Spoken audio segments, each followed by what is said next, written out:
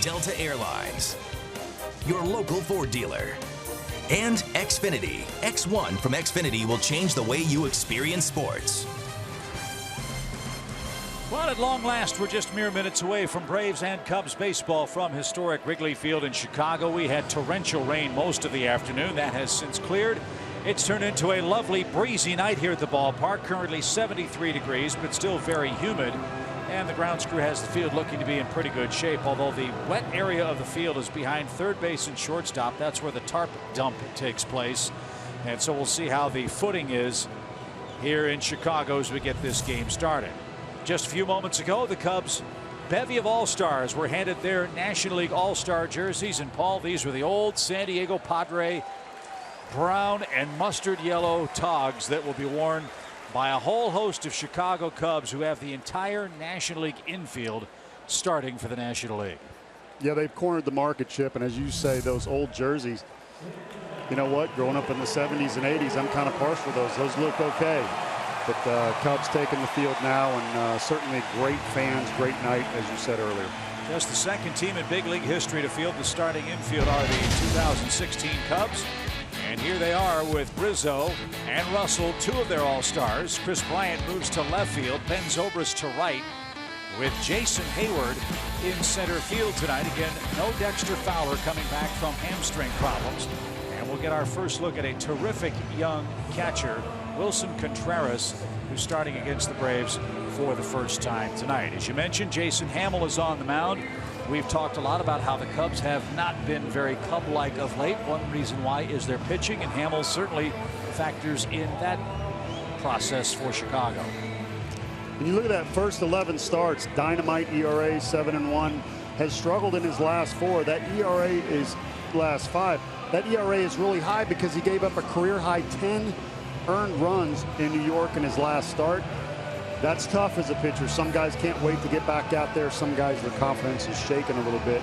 We'll see how Hammel starts out tonight.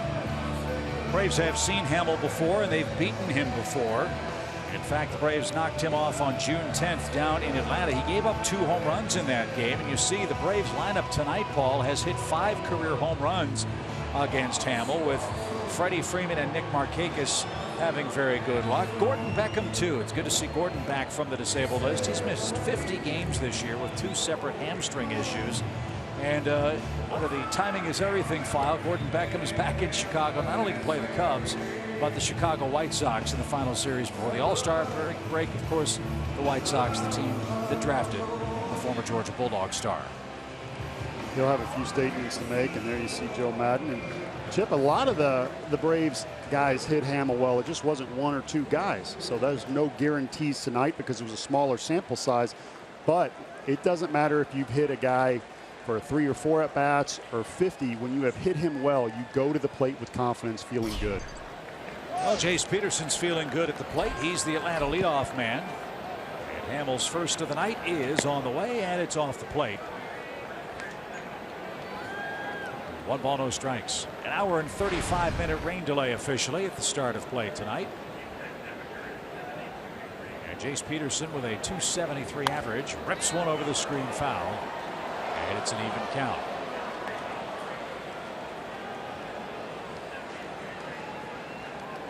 Winds out of the northwest at 3 miles an hour. That means going toward right.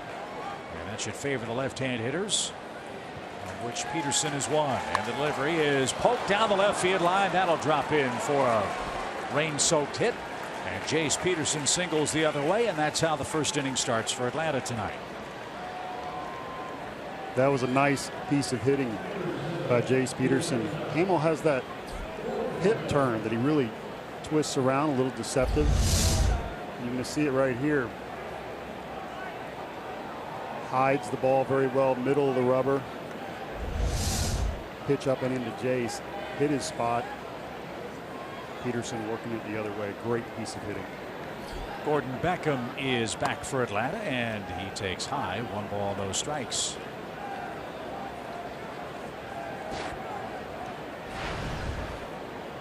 When Gordon got hurt, he was swinging a terrific bat. And the the offensive challenges the Braves have had, losing him for the amount of time they've lost him has been a very big blow to this team's offense. 50 games he's missed, but says he's good to go tonight. And he took the roster spot of Emilio Bonifacio, who was let go by the Braves after the game yesterday in Philadelphia.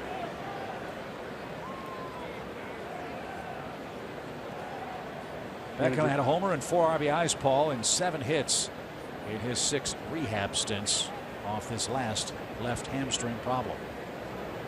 Manager Brian Snitker making it a point that Beckham can play anywhere, and you need a guy like that. D'Arnaud is very similar. Beckham, with more experience, was hitting the ball great back in his hometown in Atlanta. Westminster Christian very excited. That doesn't always work, Chip. You go back home and there's 100 tickets you got to get and everybody's pulling at you and there's a lot of distractions. Beckham coming back and playing fantastic and very happy where he is, and as you mentioned, back in Chicago where he spent so much time. That missed the outside corner. Hamill wanted that call, didn't get it. Ryan Blakeney is the home plate umpire. 2 balls, 2 strikes.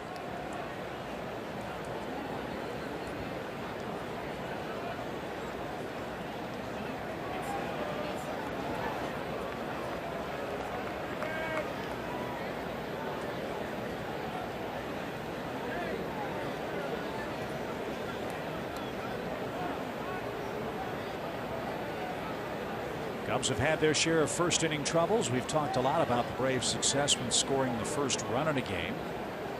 Runner goes, pitch bounced back to the mound, and there's only 1 play. That saved a twin killing. Peterson safely at second. Beckham's retired for the first out. The Cubs have allowed runs in the first inning in 4 of their last 5 games entering tonight's game.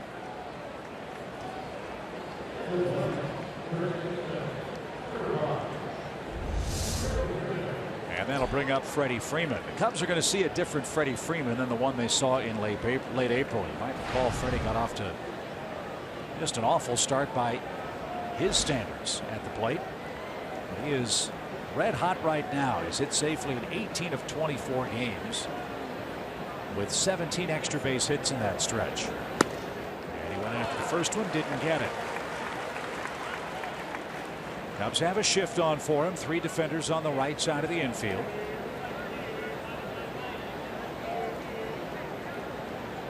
Tommy La Stella, the former Brave, is the Lone Ranger defensively. He's playing third base.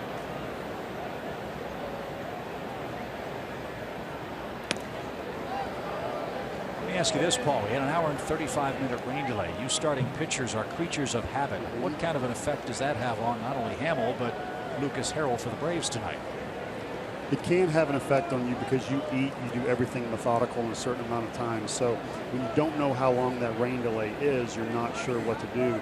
It's even worse if you've started your throwing and then you have to wait for an hour and a half. But I think it was early enough. The guys hadn't got out into the field, and so I think they should both be okay.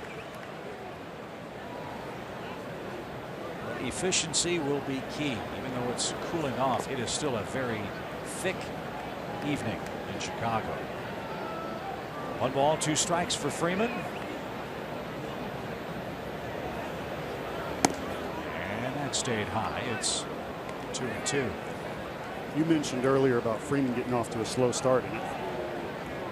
Kevin Seitzer told me, Paul, we can't tell the press everything. He said he had a really tough collision with Christian Yelich and wasn't able to take batting practice for about a month and a half, and nobody wants to expose that, so the other team's pitchers get excited. But there was a reason that he was struggling. That is behind him now, and he's really started to hit the ball very well lately. Not this time. They climbed the ladder. Everything above the belt for Freeman in that sequence. And he couldn't catch up to the heat. Hamill retires the Braves' first baseman, and there are now 2 outs. See, if I had said he's struggling right there, we'd have a double off the wall. You gotta be careful what I say. We'll take one here from Nick Markakis, though. You see that rotation, the hanging slider? That's a mistake.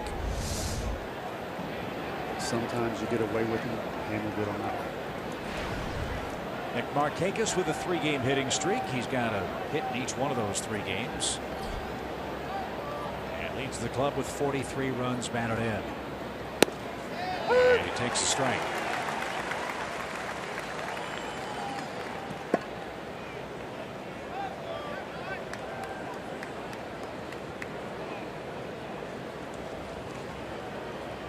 The Braves score first. They're at 15-15 on the year.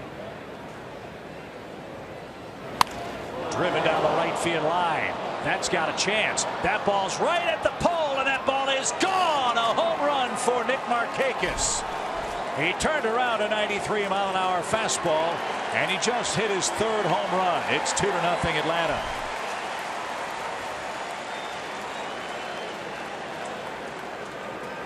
He did an outstanding job, Chip, of pulling the ball. Markakis is one of the best on the team at inside outing the ball that's up and in.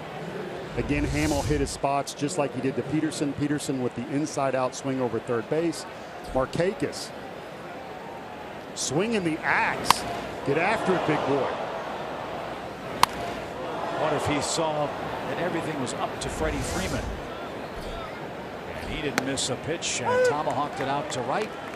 That's Nick's first career home run at Wrigley Field.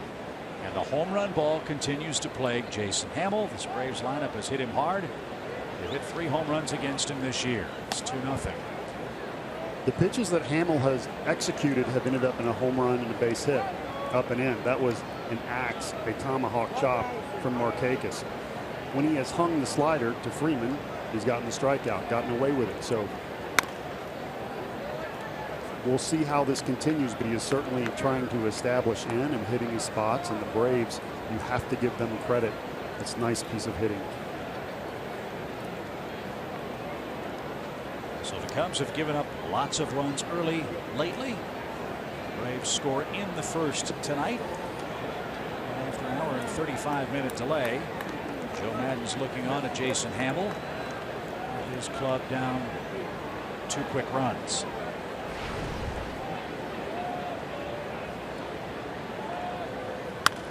Yoenis Garcia hits that one onto the roof to the right, and he's still alive at 1-2. Adonis coming off a 3-hit game yesterday in Philadelphia. And he didn't get the corner again. Clearly off the plate, says Fox Tracks. It's now 2-2.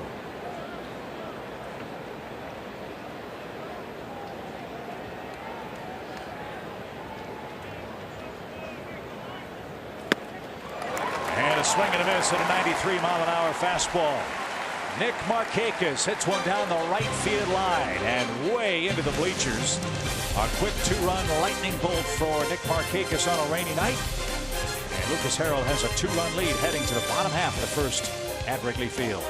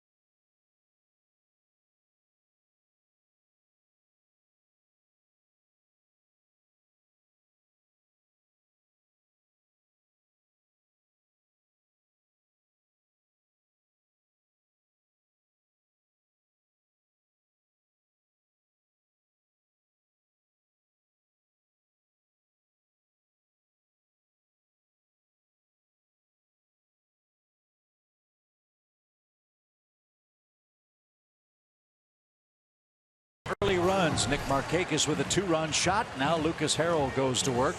in a ballpark where he has had excellent career success. He really has. You look at that last year, that's over in Korea, Chip, and you see the 108 walks, 151 strikeouts. Better numbers than he would have liked, but there's some, I'll talk about some stuff that the Korean hitters did a little bit later, but it's going to be very important for him tonight to get off to that good start. You get that 2-run cushion. You want to reward your team and get right back out there. And Lucas had early runs in his last and only start as a Brave, a 9-1 victory over the Marlins on the 2nd of July, and 6 innings of 3-hit ball. And he'll face former Brave Tommy La Stella, Kris Bryant, and Anthony Rizzo here in the Chicago first.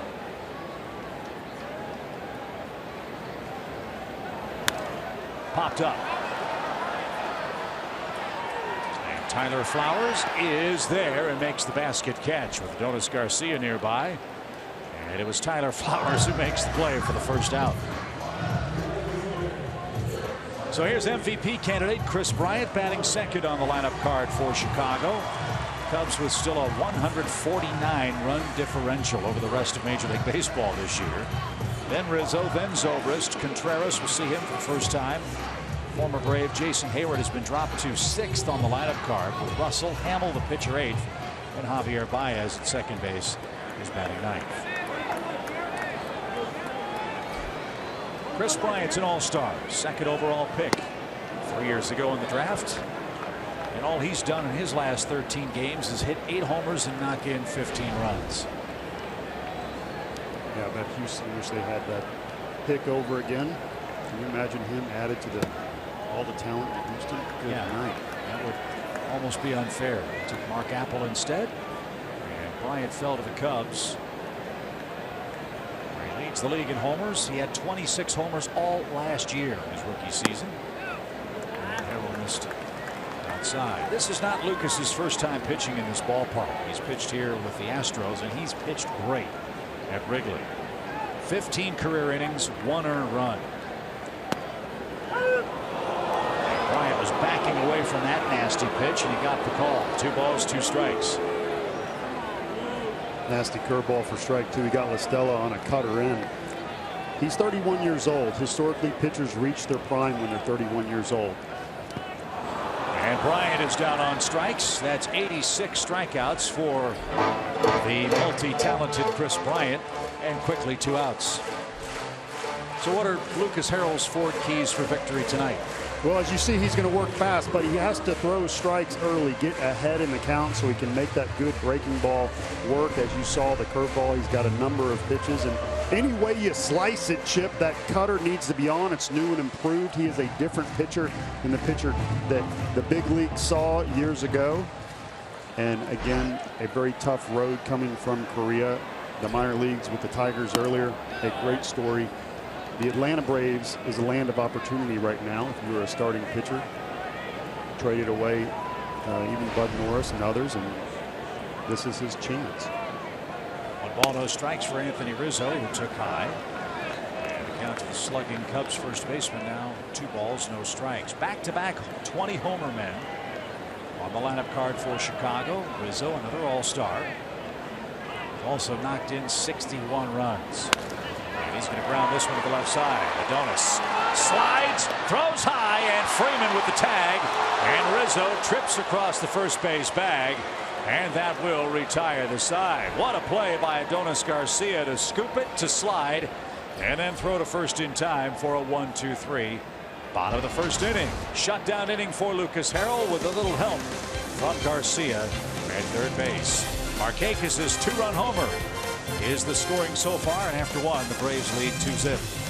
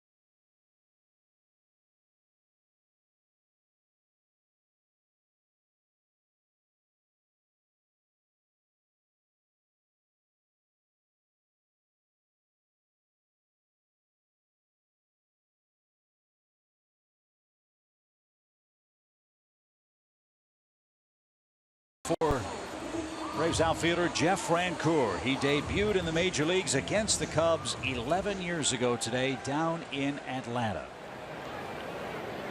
And he's back in the lineup tonight, riding a 3-game hitting streak. And Hamel missed upstairs. 1 ball, no strikes.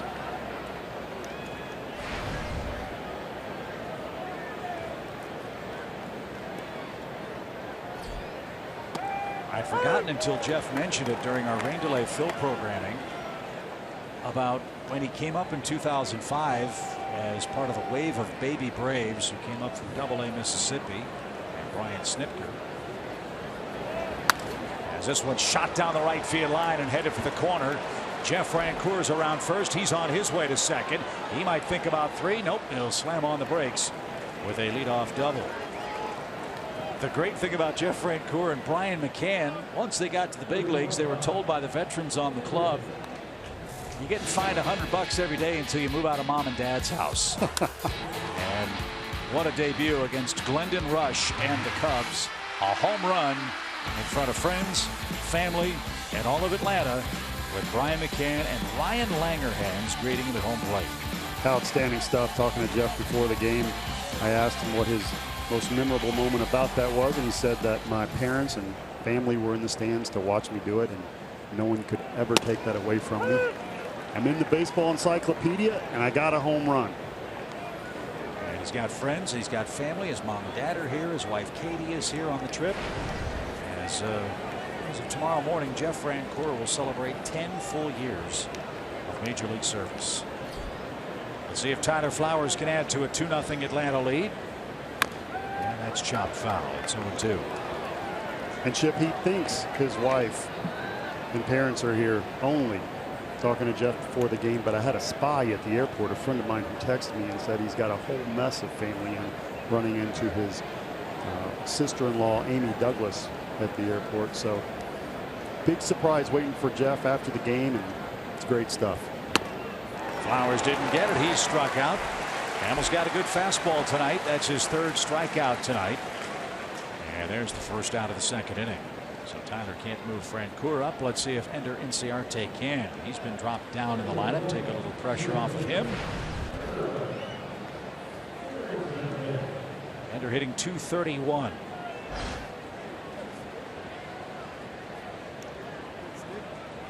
One homer, 11 RBIs for the Braves center fielder Ender Inciarte.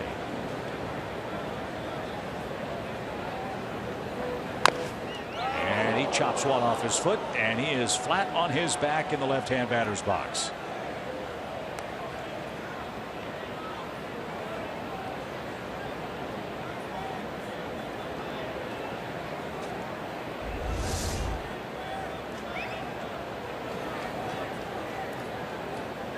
Right off that right ankle, and Chip coming back from the groin injury, just starting to feel good again. And we'll see if he's able to walk this one off. He's not a .231 hitter, and I want him to hit, but he is incredible in the outfield. And you know, with Arizona having some of their problems in the outfield, the defensive runs saved has gone from a 50 differential. I believe one of the main reasons because he left, and the Atlanta Braves have shot up to over 16 the past few days. As a pitcher, I really appreciate that. And then another thing I know is that he's hit over 300 in the big leagues before, so it's there. It's just a matter of him getting healthy and getting that swing back. It's got to be awfully frustrating. You come to a new club, you want to make a good impression. Remember, he wasn't a full-time starter with the Diamondbacks. You get a fresh start, new place, and bang, your first week, you pull a hamstring and you miss a month. But here he is, and behind in the count 0-2. And a sweeping slider got away from the catcher. Francoeur's at third. The throw to first will be late. And sore foot and all, Ender Inciarte is going to make it on a strikeout and a ball in the dirt. Contreras couldn't find it. He went sprinting toward the bricks, but the ball was sitting right in the catcher's box behind home plate. There's a huge break. First and third, one out after the 2nd strikeout of the inning. You see Contreras can't find it right behind him in front of the umpire, and he looks the wrong way trying to get help, but that is really tough. And he's got a cannon for an arm. They've told me he needs to work on his hands, being a little bit softer, and you see right there that ball wasn't too hard of a block. I understand blocking a baseball is not easy, but should have had that one in front of him, and you got to give Inciarte credit for getting out of the box right away and getting down to first. So it's a strikeout and a passed ball. Let's see if Harold can help himself.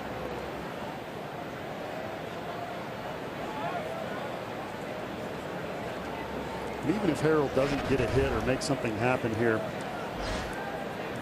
I like how it churns that order over a little bit, getting him up, see if he can move Ender or just possibly make some noise here with a sac fly. It'll be interesting to see how they play this. He's bunting, and he got it down. Francoeur's coming home. The throw to the plate is going to be in plenty of time. And Francoeur's the second out of the inning very easily at the plate on the bunt attempt by Harold. So Inciarte at second, Harold's at first. Francoeur's out number 2. I suspect that they may bunt here, Chip. I didn't know it looks like it was a safety squeeze. And Frenchie not getting down the line as quick as he could have. I think he'd like to have another try at that. Just broke a little late.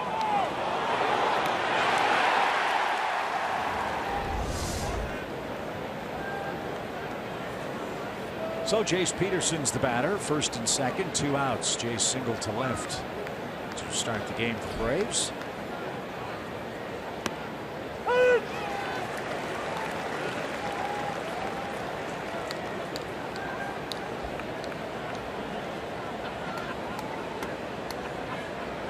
Peterson at 279 now for the year. He's done a great job filling in for Alex Smith at the top of the order. Swing and miss.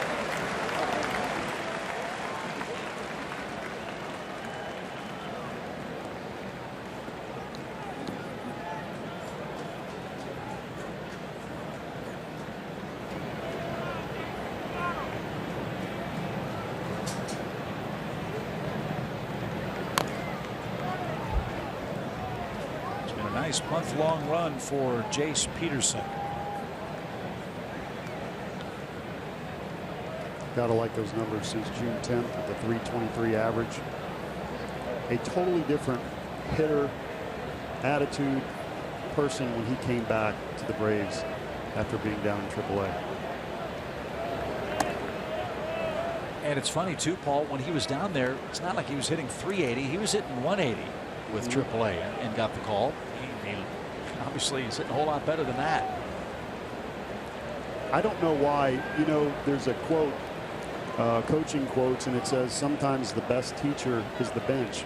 It doesn't mean that Jace Peterson was on the bench, but he got sent down, and that's failure. And so you have to make adjustments. It's gut check time. There's no guarantee that you will ever get back.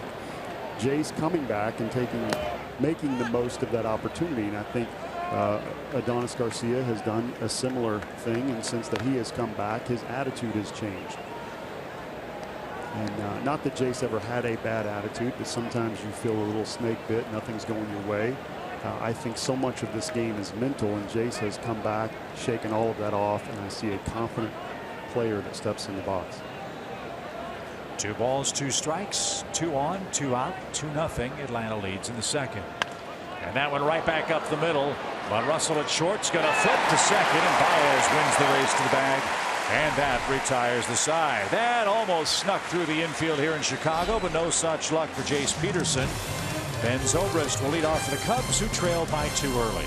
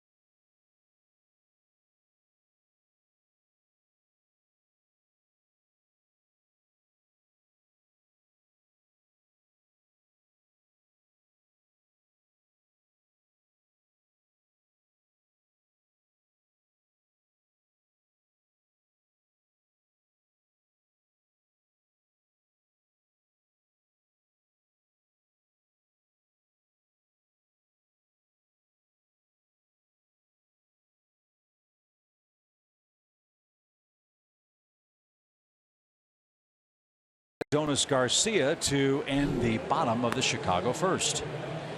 That was fantastic, Chip. And you see him here on the Rizzo, very nice sinker. And he's going to go get it to his left with the slide pop up. Nice throw. And I say nice throw just because he had no time to gather himself and had to throw it off balance. So it was good enough for the out.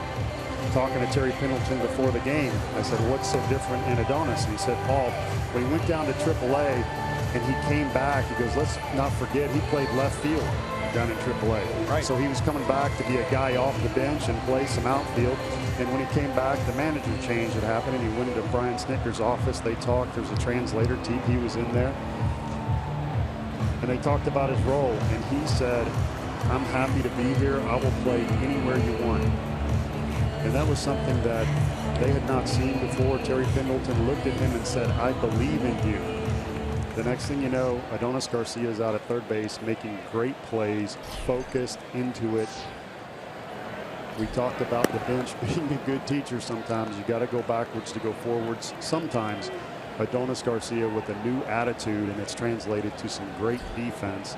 And they believe in him. Sometimes a coach that believes in you is all the difference in the world. Ben Zobrist leads off for the Cubs here in the second. Contreras and Hayward to follow. 2-0 on a Nick Markakis home run. The 6th home run in the last 6 innings allowed by Cubs starter Jason Hammel.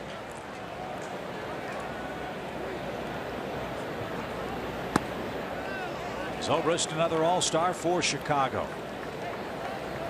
And one of my all-time favorite people in the game, Ben Zobrist, just a great guy on and off the field. Somebody you want in your locker room, you want on your team. Freeman with the feed to Harrell. He's got it. 4 up, 4 down. And sometimes nice guys finish first. Great to see him make that all-star team and having such a good year. He was one of the more highly sought-after free agents this offseason. The Mets tried to get him. The Braves made a pitch to Ben Zobrist. And eventually he settled on Chicago and Joe Maddon, the manager he had while with the Tampa Bay Rays. Well, here's our first look at another terrific Cubs prospect, catcher Wilson Contreras. He was a non-drafted free agent and was recalled on June 17th. He started his career with a 7-game hitting streak in the major leagues, and look at that, already 5 home runs. He's getting some extra playing time because of injury. David Ross, the former Brave, is on the 7-day concussion disabled list. So Miguel Montero and Contreras are in harness for Joe Maddon right now. Pitch, Harrell crossfire, didn't get it. That's a pitch you got to strike on Martin Prado in his last start. I love that. So when you let the ball go, the hitter is trying to find the ball. So when you throw one down under, it delays when they pick the ball up. And so some of these guys seeing Harrell for the first time, and it's hard to make that adjustment. Right back to the mound. Easy flip to first. That takes care of Contreras. 2 outs. You got to watch out for those guys that drop down that are right-handed and sneaky, Chip. So talking to Harrell before the game, saying that he's always learning. He's doing things different. He's trying to get better. And he's going to be a fun story to follow. Here's Jason Hayward. Jason was hitting up at the top of the Cubs lineup most of the year this year. They've dropped him down to 6th now, and all of a sudden he's gotten on base a lot more. He's in fact reached in 6 straight games, but is still batting just .234 for the year and 4 homers. This one's popped up into shallow center, and Ciarte is sprinting in, and he's got it, and that retires the side. Lucas Harrell is dealing. 6 up, 6 down. He leads by 2 after 2.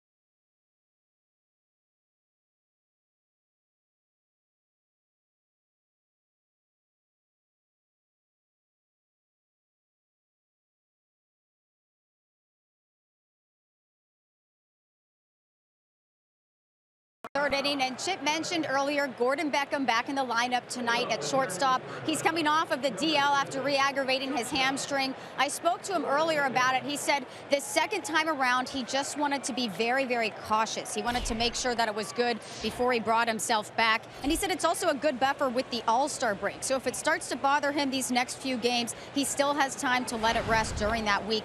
I also asked him why he wasn't back for the Philly series. He said it just didn't feel right, so now is the time. All right, Kelsey, thank you for that terrific report. Good to have Gordon back. And you know he's going to really enjoy this trip back to Chicago, where he had such a terrific start to his major league career on the South Side with the White Sox, where we'll play tomorrow night.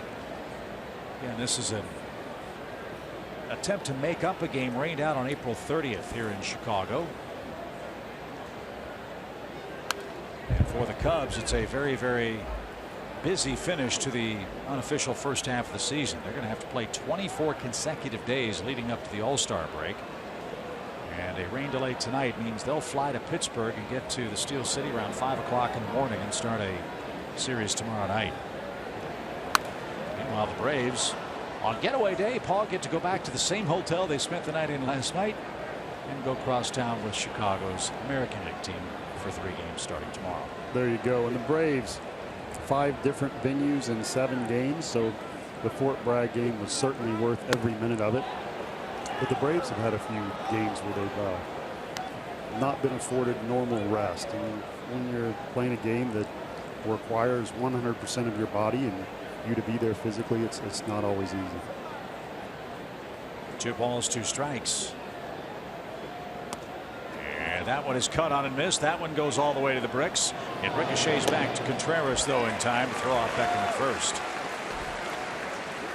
That's 5 strikeouts for Hamill tonight.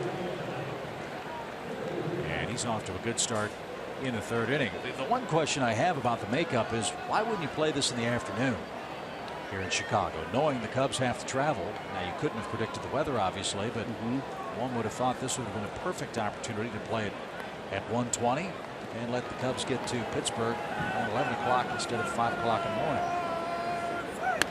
And I can't answer that. Yeah, I don't make the schedule, but I would agree with you. And Wrigley's has a history of day games, so we're okay here, right? Yeah, no problem. No problem at all. As Freddie Freeman bats, he struck out his first time up. That's outside. It's an even count. Well, the way this one started, it took me all the way back to 1988. And they tried to play the first night game in Wrigley history, as this one is back to the mound and an underhanded flip to first for out number 2. First night game in Wrigley history, 8-8-88.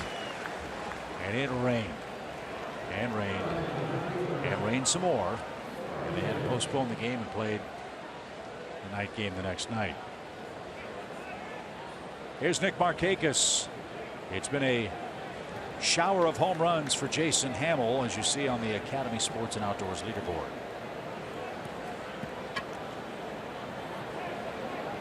You notice the Cubs, the Reds, the Orioles, all great places to hit. And I'm not sticking up for the pitchers here, but you know, I kind of am, because it's some of that comes into where you pitch, and once it gets hot in Wrigley, which is starting to do here, that could even escalate a little bit once the wind comes. And then if you're a fly ball guy here, or you pitch up in the zone a little bit, which Hamill has here tonight, then you're going to give up a few. Their staff right now in the month of July averaging a 9-point ERA. That is not Cub-like. As this one's hit towards short, Russell's got it. And he'll fire to first in time. That retires Markakis. And Hamill has his first 1-2-3 inning. Bottom part of the order coming up for Chicago.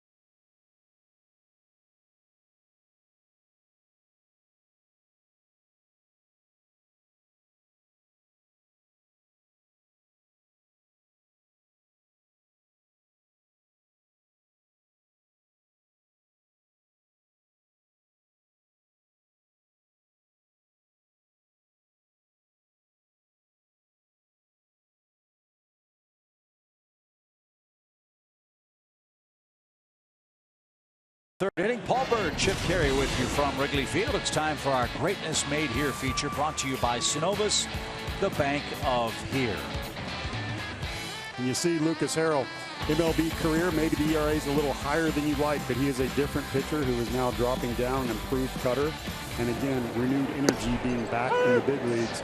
Chip, he's going right at people. He's not scared at all. 23 pitches, 14 strikes. He's retired the first 6 in order. And he's got Addison Russell in the box, and he's down quickly 0-2.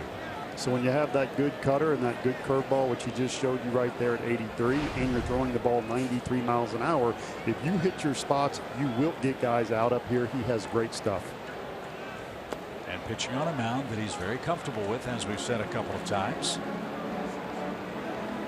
Harrell came up as a Chicago White Sox product and went to Houston, as Paul has shown you, on to Korea, and now has made his way to the Braves. And a shot to second. Jace Peterson, a step to his right, gets his man for the first out. That's 4 groundouts, 1 strikeout, 2 flyouts for Harrell tonight. And here's Hamill, the pitcher, hitting 8th for Chicago with 1 out. He's done a really nice job mixing his pitches. And Chip, something I didn't learn until a little bit later in my career is about Wrigley, and that's when you're on the lake, it's humid when it gets hot, and the air has a lot of moisture in it. We showed a picture of the flags earlier, and the wind is blowing straight down. But when it swirls and you have the humidity, the ball will really move.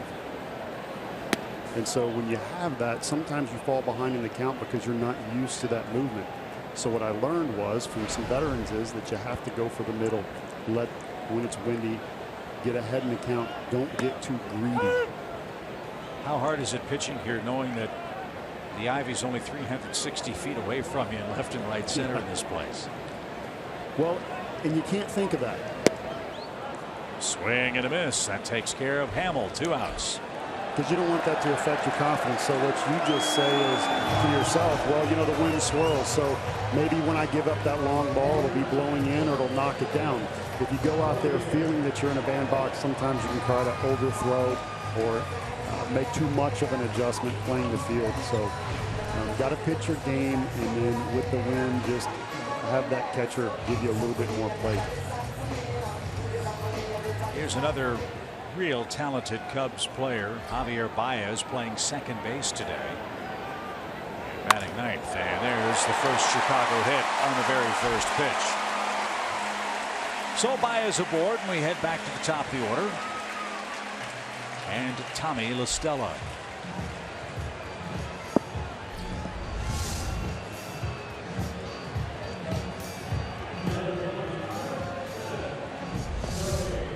He didn't miss that. That was hard hit.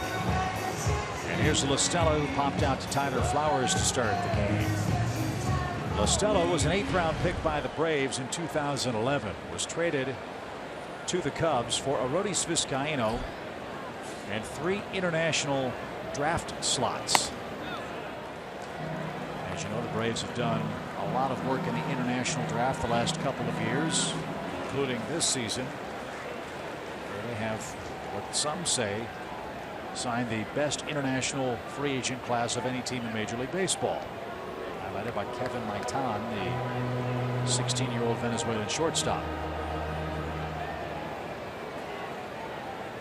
So the Braves fans can hang on a little bit. We do have some hitting prospects in the mix as well. That one's rifled toward the gap in right center, but Markakis will get there with a good jump. And that retires the side. No runs, a hit, a man left. The Braves are up in the 4th. It's 2-0.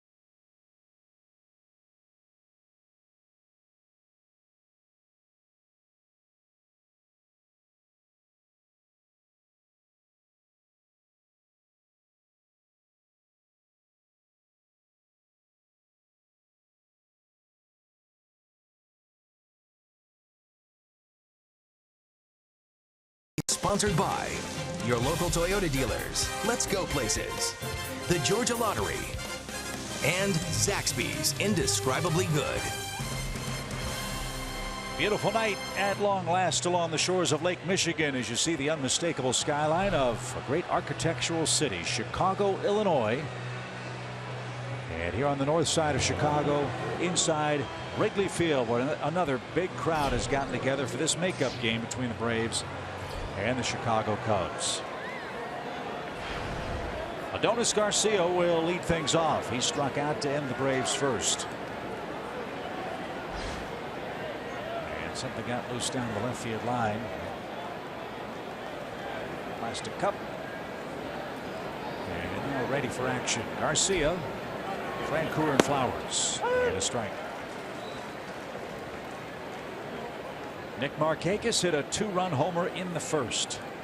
Lucas Harrell has 3 shutout innings of 1-hit ball under his belt for the Braves.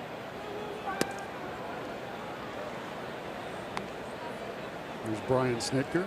You talked about that big crowd.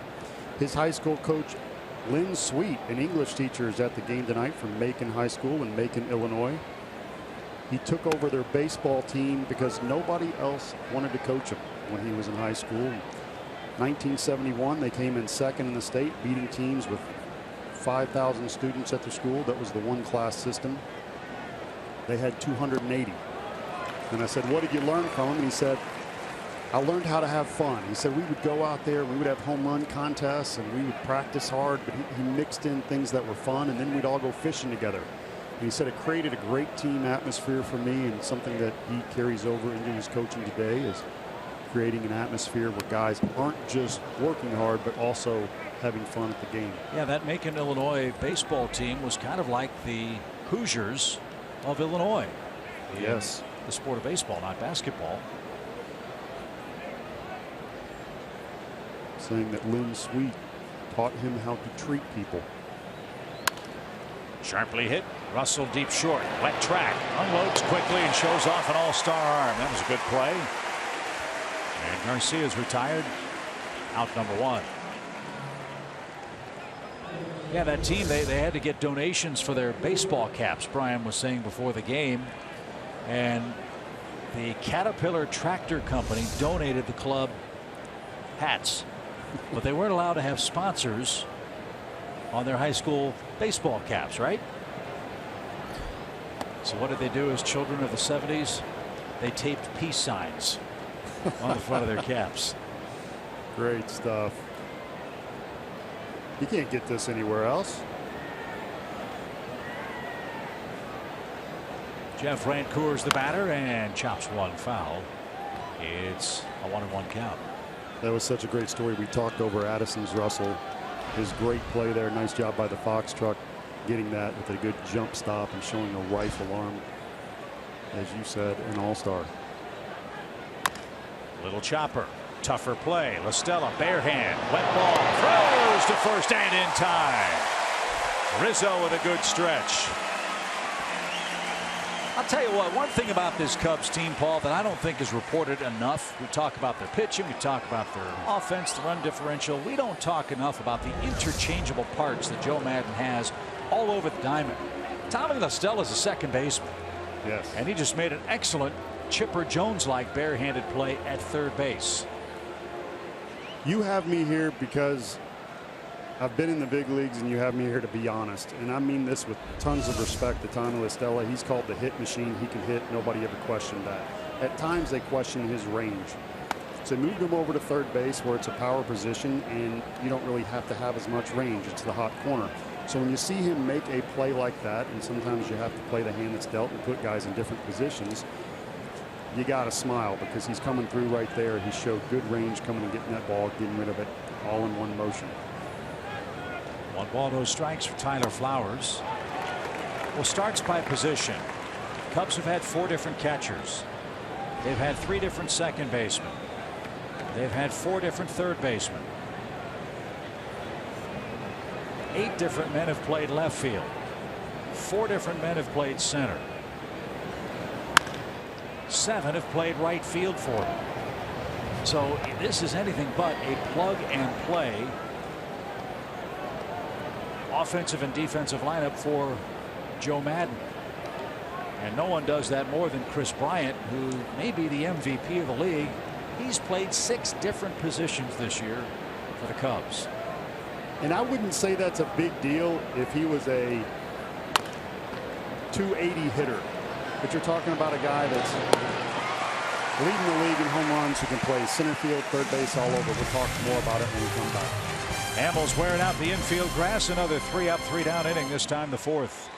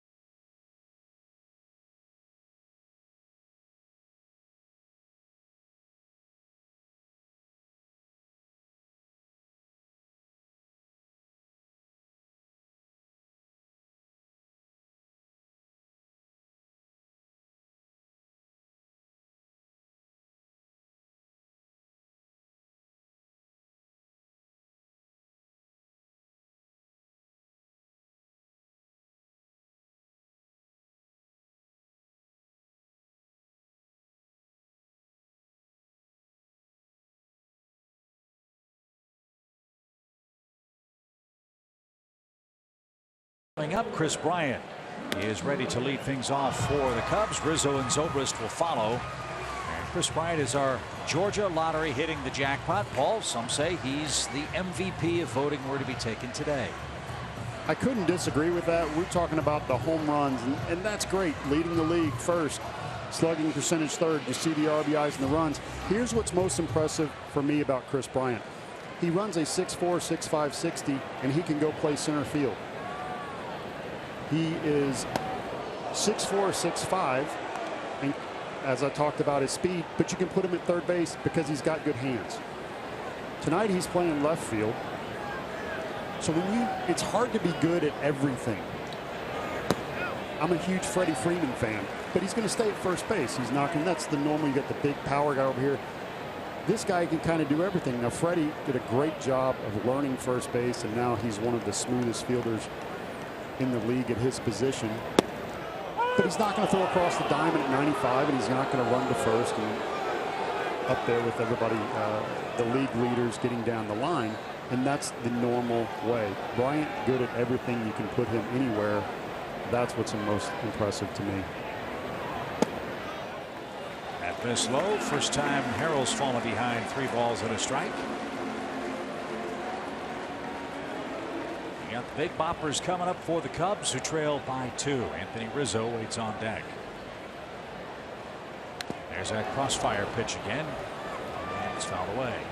And he threw it 3-1, Chip. He didn't. It wasn't up 1-2 or 0-2. He threw it when he was behind in the count. So if I see that and I'm on the Cubs bench, that goes all the way down the line, and now you know that he may drop down and throw from a different angle behind in the count. Very impressive. Broken bat. I mean, absolutely shattered. All that Bryant is left with is the bat handle. The barrel ended up ricocheting off the screen, and splinters are all over the grass behind home plate. Well, after a pitch sidearm, he comes over the top, and there's that good sinking movement we talked about with the humidity. Gets in on Bryant. He picks up the ball later. He's late on his swing, and we've got a bat that's snapped in half. That was some awesome audio. You want to hear what a broken bat sounds like in a big league game? That didn't sound so awesome. That sounded like it hurt. A 93-mile-an-hour fastball to the back of Kris Bryant, and he's aboard with nobody out. This didn't sound as much fun for Kris Bryant. Listen.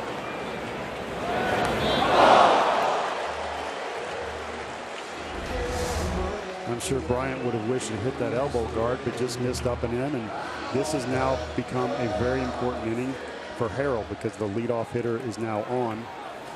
You know that he'll pitch inside. You know that he'll drop down, but you got the big boppers coming up. They've been one time through the order. We'll see how he pitches everybody. Rizzo, first pitch swing, guides one through the right side. Bryant around second is going to stop. So 2 are on, nobody out. And Ben Zobrist is going to be the Chicago hitter.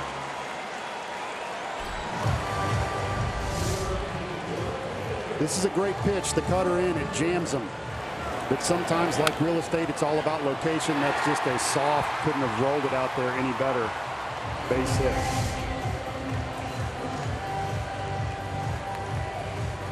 So Harrell fell behind Bryant 3-1, rallied to a full count, then hit him. And with Baez singling on the first pitch, Rizzo singles on the first pitch. Let's see if Zobrist is aggressive too, with nobody out.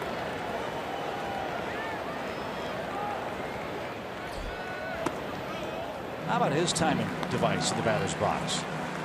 Watch Zobrist's hands as he watches Harrell come set.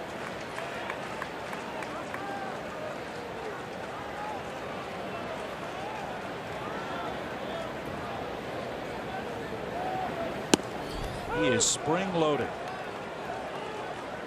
That's something Giancarlo Stanton attributes to hitting better lately, is getting a little movement in the box with those hands. This obviously super exaggerated, but I'm not going to argue with somebody that made the All-Star team. Liner into center. Inciarte playing deep, recovers. He throws back to second and got him, a double play.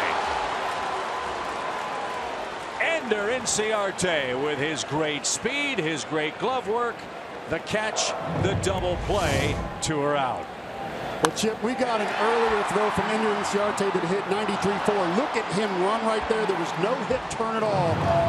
He played that like an infielder, just grabbing the ball with no time throwing to first. Outstanding athlete, and we needed it. Think Lucas Harrell's excited? You bet. That's a huge play. The fist pump, he gave him the lawnmower. Here's Contreras. The lawnmower? That's the lawnmower. It's a dance move I learned at LSU. You go down, you pull back up. You're starting the lawnmower, Chip.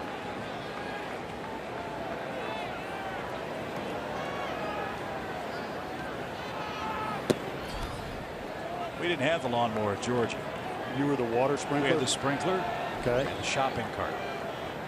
Shopping cart was killer.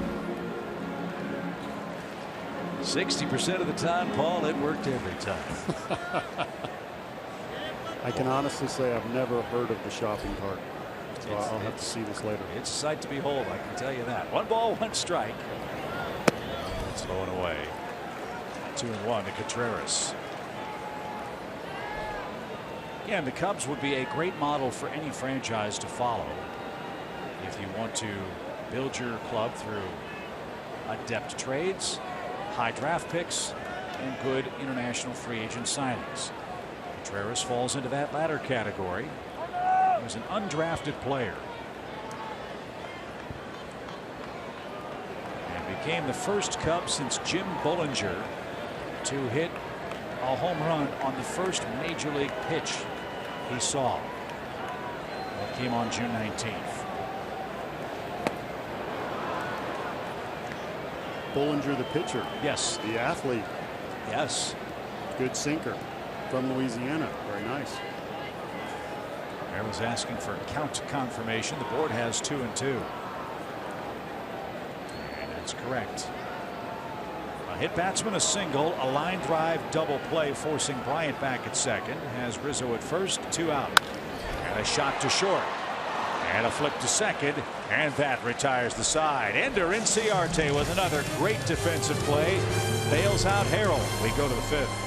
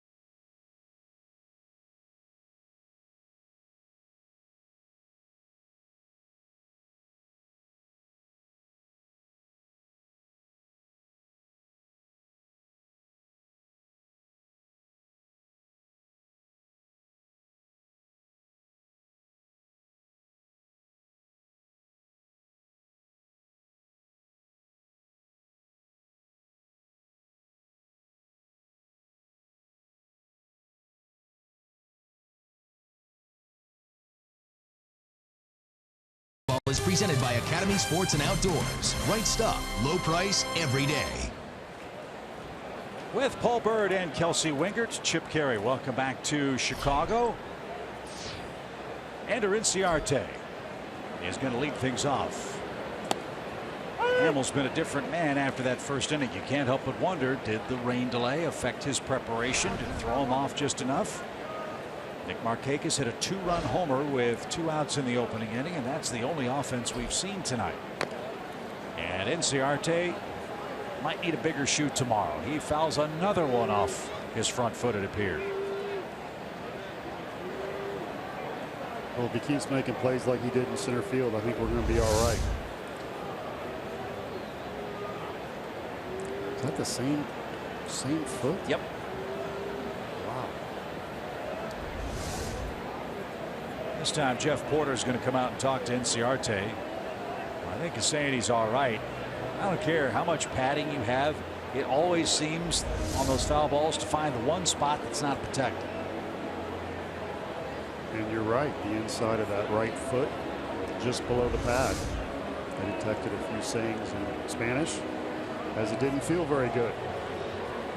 But back to your question about Hamill earlier, I would say normally yes, because he struggled early. But the pitches that he got hurt on, he hit his spots. They were 93. They were up and in. The catcher didn't move his glove. So we have to give credit for Jace Peterson and Markakis for putting good swings on it. This one's lifted towards center. Jason Hayward's first chance. It is the first opportunity for a Cubs outfielder to catch a fly ball in the game. It's the first out of the 5th inning. Well, my point, though, with regards to Hamill is everything was up. Yes. And the sequence to Freddie Freeman. He struck him out on pitches above the belt. Yes. I'm guessing Nick Markakis was scouting that, saw that, and when he got a pitch to his liking up, he ripped it to right and almost hit the video board in the bleachers. So when you come up to the plate in a park like this, you are playing the elements, so you know, hey, I want to get the ball in the air. Hitting coach for the Cubs, John May Lee, teaches everybody to do that. Rizzo has an uppercut. When Zobrist came over here, they said, we don't want you to ever hit the ball on the ground. We want you to elevate everything. So you play to the elements. When you're in Baltimore back in the 70s, you had the Baltimore chop. You had the hard ground that was like concrete. Guys hit it on the ground and tried to use that speed. So you want to pick your team and you want to teach your players to play the elements. So if I'm an Atlanta Brave and I walk up to the plate and I see that the guy's throwing up, yes, that's my game plan as well. And Harold couldn't stop his swing. He is now at a 2-2 count.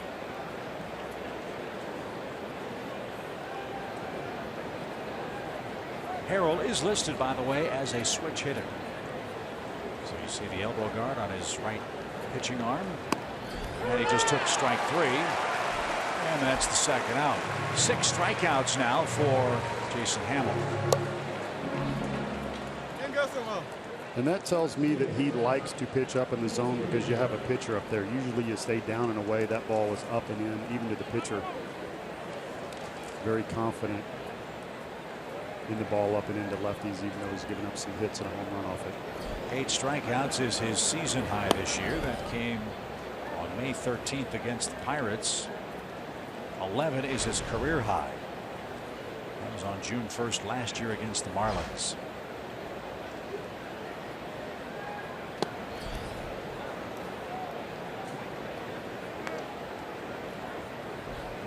Two in the first for the Braves. They had another chance to score in the second. Jeff Rancourt thrown out at the plate on a tapper back to the mound by Harold, tried to bunt him home. And since that second inning, the Braves do not have a base runner, so Hamill has settled in very nicely.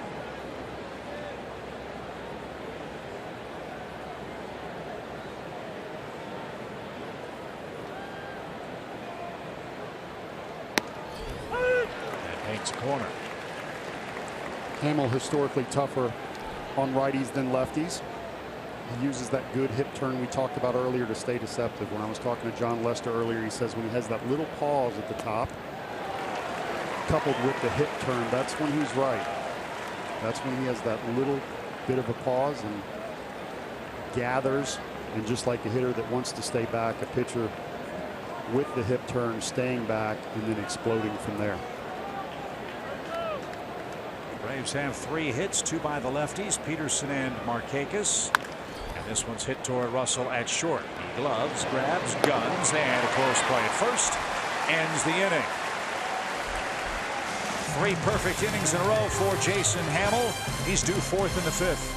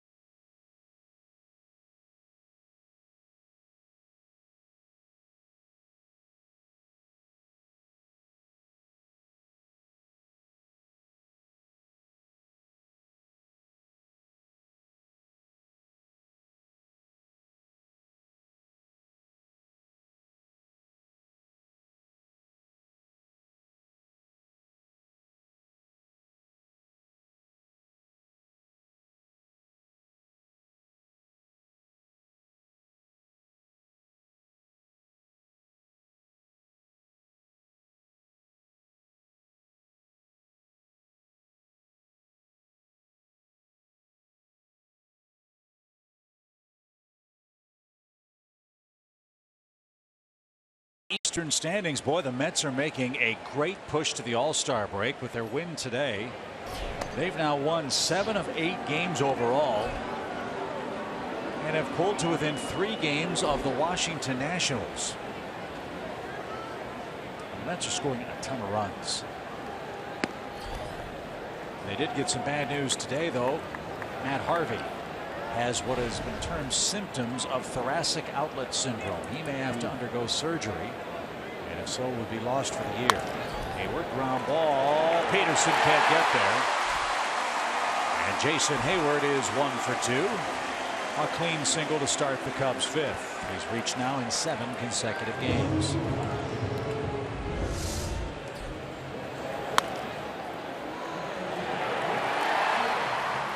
Again, the ground ball wasn't crushed, but just in the right spot. And I love the effort by Peterson with the dive.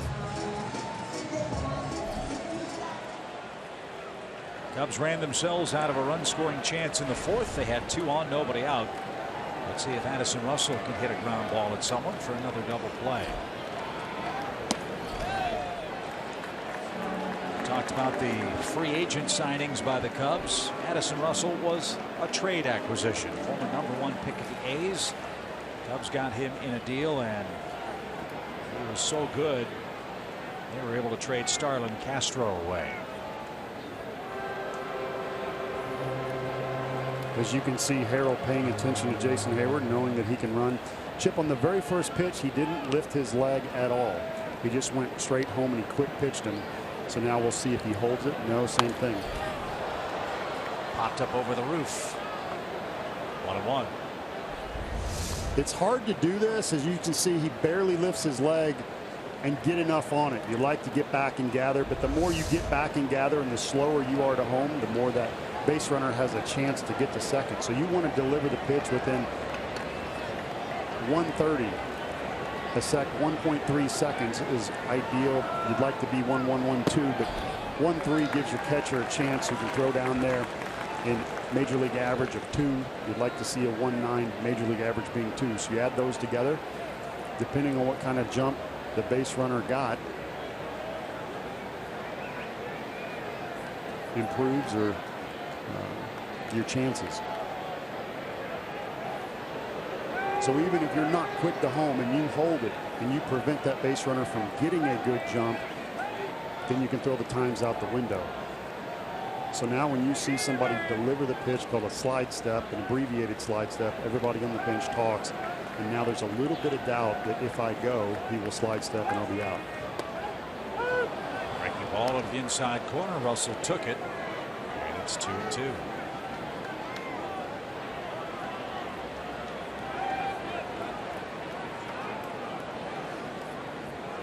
Early inning runs are so important for this Braves club. They got 2 from Markakis, and Harrell's made him stand up to this point.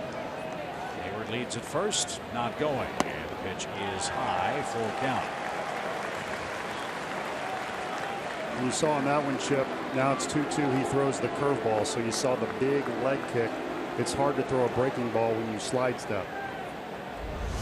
And as you see him lift that leg a whole lot more now so that he can gather and stay on top. So he's going to gamble there that the runner's not going to have that big leg kick. Now we're going fastball away. Let's see if Hayward runs. He does. Swing, driven foul, and headed for the seats.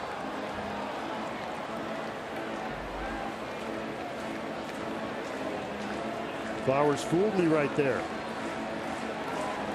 with the fastball away sign, and he threw a slider. Well, what does Harrell and Flowers come up with now?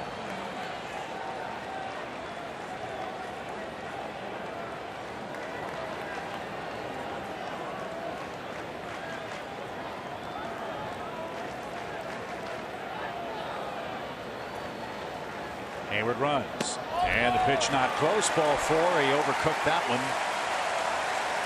And now the Cubs have another 2-on, nobody out situation. Mirror image of what took place last inning. This time you got the pitcher up.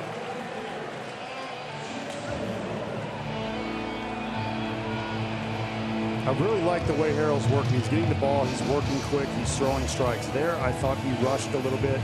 Sometimes you can pay attention to the runner too much, not make your pitch. I thought in that last pitch he rushed just a bit. And we'll see if he's able to calm himself down and get out of this. Let's see if Hamels bunting. He shows it and pops it foul. Strike 1. You have to treat this guy like a hitter. I know he's a pitcher. But you look at his numbers, Paul. Those are not offensive numbers for a major league pitcher. No, anytime you see anything over 200 and you look, you see 7 RBIs, that means that he can handle the bat. So we would certainly expect that he would be a good bunter. Hayward's going to try to steal, and that ball was a breaking ball, and it was foul. Hamel, I believe, ducked under, and as he ducked, the barrel of the bat got in the way of the baseball, and it was fouled away. Thank goodness that didn't hit the helmet.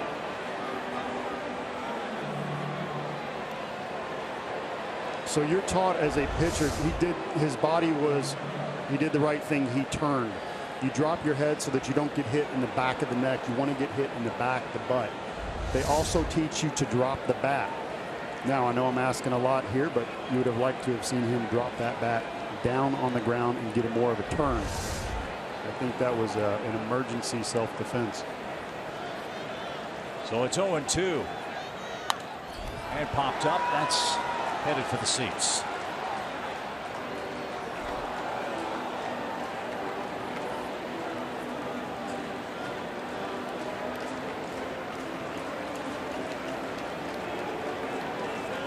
So when you hit 256 as a pitcher and you got 2 strikes, you get to swing away. It's also a chance for the pitcher to get a big strikeout right here.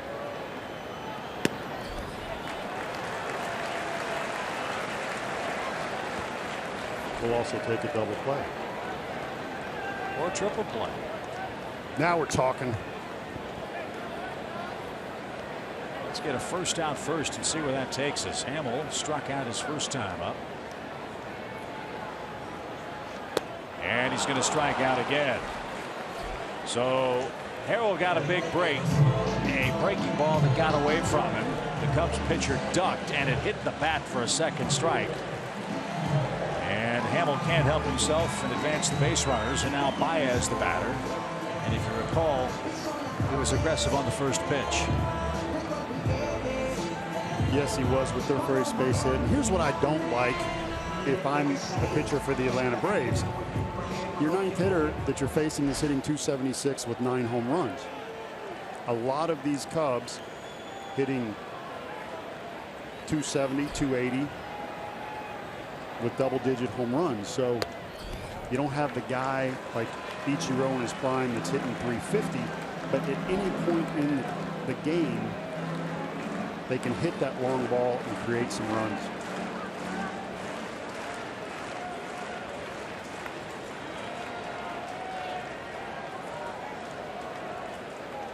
Hayward at second, Russell at first. Good speed aboard for Chicago. And that missed inside. 2-0 the count. We approach 10 o'clock Chicago time. We join you from Wrigley Field with Paul Berg, filling in for Joe Simpson, Kelsey Winger, Chip Carey, the rest of our Fox Sports crew with you at the corner of Clark and Addison. We had an hour-and-a-half rain delay before the first pitch. The Braves have scored the only runs tonight on a Nick Markakis homer in the first inning. Lucas Harrell making his second start for Atlanta. So far, 4 1/3 innings of shutout ball.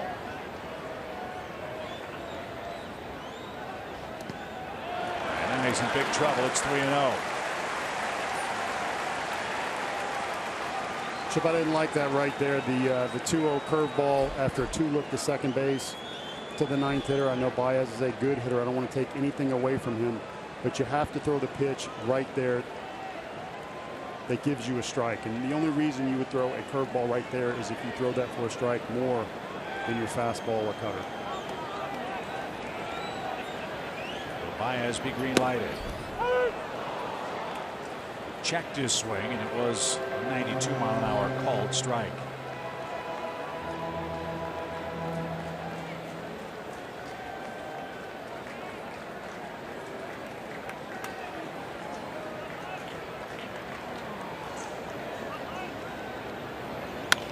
Ground ball into the shift. Peterson races to the bag for one. Throws high at first. He tripped over the second base bag. So instead of a double play, the Cubs have him first and third with 1 out.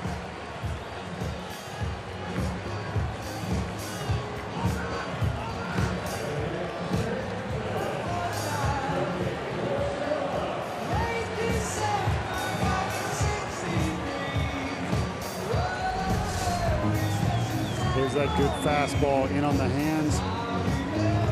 Peterson used to being at second base, not used to coming across the bag like that as a shortstop. He'll be the first to tell you he should have made that play.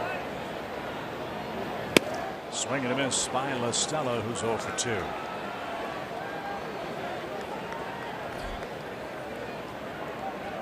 La Stella also off the disabled list yesterday for Chicago. He's had hamstring problems.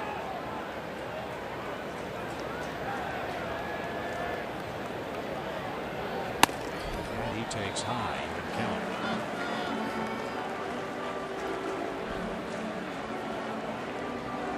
The Braves have given the Cubs an extra out here in this inning. See if Harrell can pitch around that.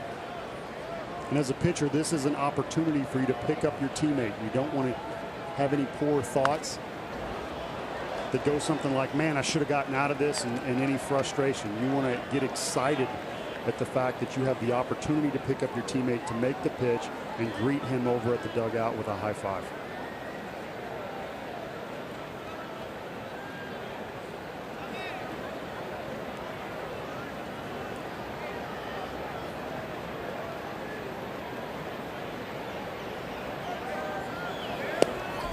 Delayed steal. Throw to second, way late. So Baez steals his 6th base. And that takes away the double play chance. And the importance of that play. Excuse me, there are 2 outs. I beg your pardon. That takes away the force play at second. But now a hit could tie the game for Chicago. I don't like that he stole, but I thought, again, Harrell right now is rushing a little bit. He was quick to home. You never want to sacrifice making the pitch to hold a runner on. I would have liked to have seen him hold that for a 3 or 4 second hold, really concentrate on the mitt and make that pitch. So, hey, I've never broadcast in Wrigley before. I'm excited. Pretty cool Pitcher's place, excited, yes. So there's something taking a deep breath and calming yourself down and executing that pitch when you're really excited. 2 balls, 2 strikes. You know he's not going to pitch around La Stella to get to Chris Bryant. And Harrell wants a check of the count. It's full, and for the first time, this Wrigley crowd's going to rise to roar for Tommy La Stella.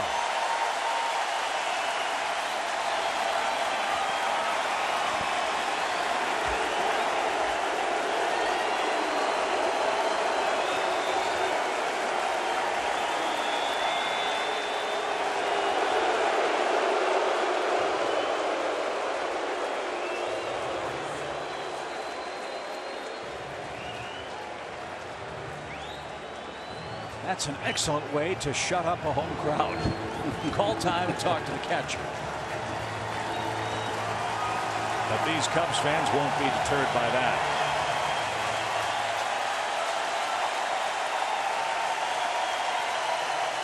Here it is. Swing and a miss. He struck him out.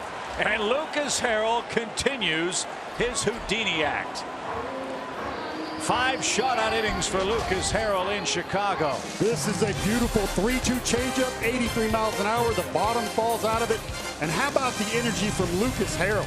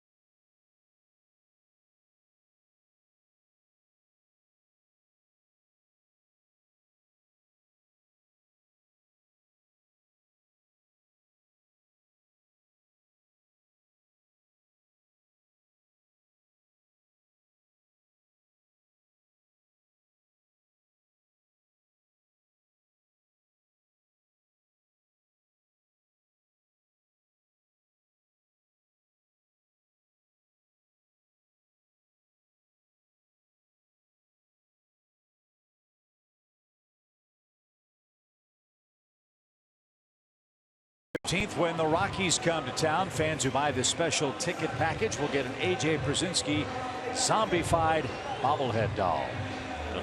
Braves.com/zombie today. How about this pitch? He hadn't thrown a changeup all game. The bottom falls out of it. It's beautiful. Tommy La Stella has got to be saying, what in the world? And the emotion from Lucas Harrell responding to the crowd.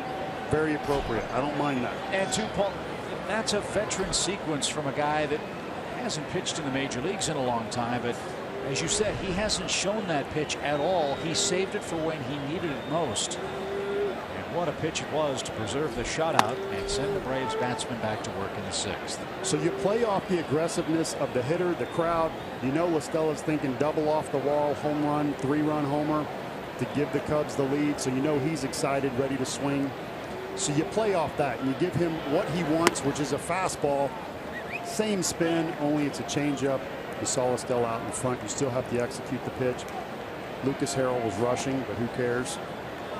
And He made it. Something might be wrong with Hamill. Hamill's been up in the zone a lot in this game, especially in the first inning. And he's probably gone 2 balls, no strikes to Gordon Beckham. And this is the one thing the Cubs have already had to deal with to a certain extent this year, and that is a lot of injuries. But they have not had to deal with a lot of injuries to their pitching staff. The Cubs have only used 6 starters all year. There's only one team left in the big leagues that's only used 5, and that's the Cardinals. Well, when I was in a meeting with Joe Maddon earlier today, I got some inside info for you here, Chip. He is really big on rest. He is really big on getting players physically ready, and you see right there something just was not right. The players sense it. This might have been something seen by the Cubs pitching coach Chris Bosio from the Chicago dugout on the third base line. He's going to take a few warm-up tosses. Kyle Hendricks, just in case, is beginning to loosen up in the Chicago bullpen. Often see starters in the bullpen in situations like this with the All-Star break approaching. Hendricks is not scheduled to pitch for Chicago until after the All-Star break, so he would be an option not only tonight but in the 3 big games coming up in Pittsburgh starting tomorrow night when Jake Arrieta gets the ball. Arrieta's allowed 4 runs in back-to-back starts. He's obviously in a world of trouble. He's going to need some counseling. Yeah. But I got to tell you what I was back to earlier about Joe Maddon making sure his players have enough rest. They are toying with the idea of a 6-man rotation in August or September if you have that cushion in the division. And here's the problem. You got to have a 6th starter that you really like that is giving you a chance to win every game. You don't want to sacrifice any game with a starter that you feel is less than. But the upside to that is guys will be more rested. And if you have that lead, you can afford to be sharp for the playoffs. And I think that's going to be it for Jason Hamill. Now remember, the first visit was an injury visit. I think Joe Maddon wants to go talk injury as well. And as Hamill climbs to the top of the mound, he's bent at the waist, and he just uttered something as if to say he's very frustrated. Something physically may not be right.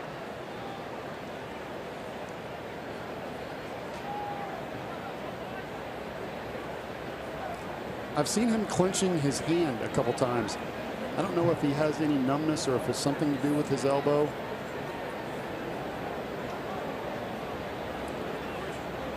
And if this is a true injury, then the reliever can come in and take as much time as he wants. And this is not Jason Hamill's decision. The ball's being taken from him by Joe Maddon. And Kyle Hendricks, who has never pitched in relief in his major league career. In fact, he hasn't done it since he pitched in single A ball, is going to come on here in the 6th inning. Hamill frustrated. Something's awry with the Cubs right-hander. We'll try to find out what that is as we continue here in the 6th inning.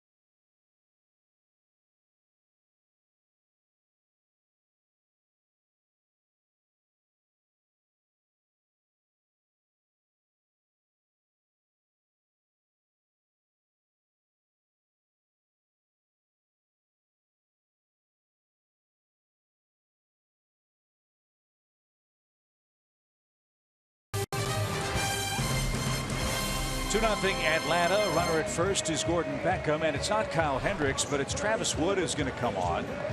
And Wood had just gotten up in the Chicago bullpen, and rather than make the pitching change directly for Hendricks, he can bring in Wood and use Hamill and an injury to give Wood as much time as he needs to loosen up. And the preference for the Cubs is obvious here. You've got Freeman and Markakis, two left-handed batters coming up back-to-back on the lineup card. And Wood, a left-handed pitcher, will face them. Nice numbers out of Wood. You see that ERA, but the 13 walks and 35 2/3 and 3-0 record. And he will have to face a red-hot Freddie Freeman. Despite an 0-for-2 night, Freddie is our Zaxby's indescribably good player tonight.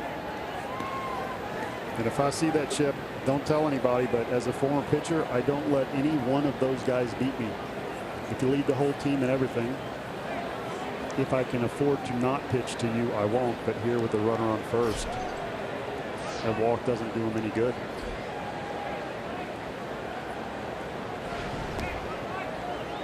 So 1 on, none out. The Braves first baseman, Markakis, to follow. Woods first is off the plate.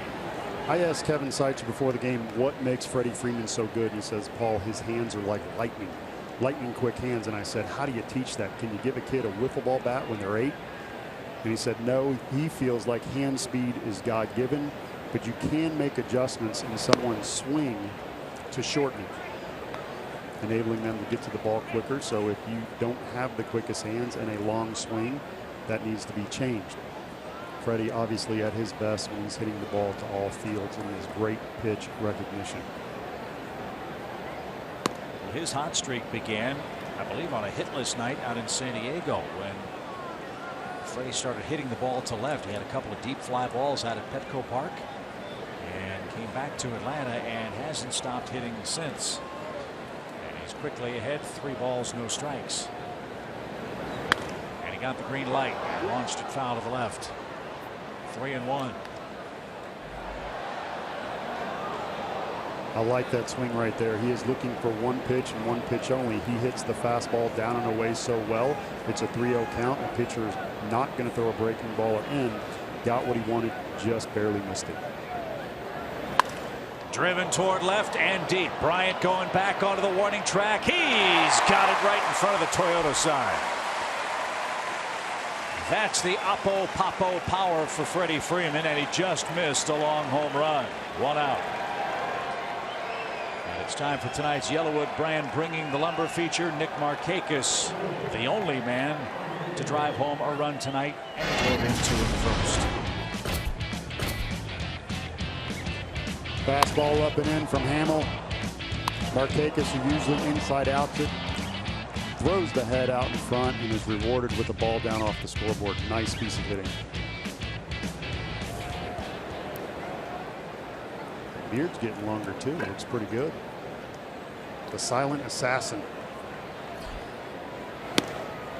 That's high to Nick. 1 ball, no strikes. I don't like guys that stand in the box and stare me down with the dirty beard. I don't want to pitch to those guys.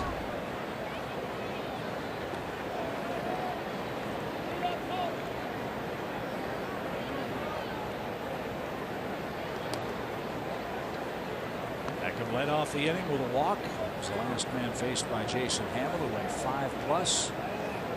3 hits, a walk, 6 strikeouts, and the Markakis homer.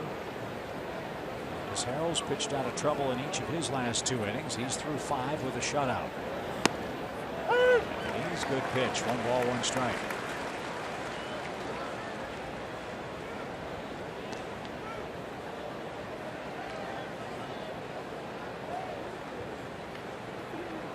Nice long rest for the Braves starter, who's had to work hard the last 2 innings. That one's fouled the opposite way by Markakis. It's 1-2.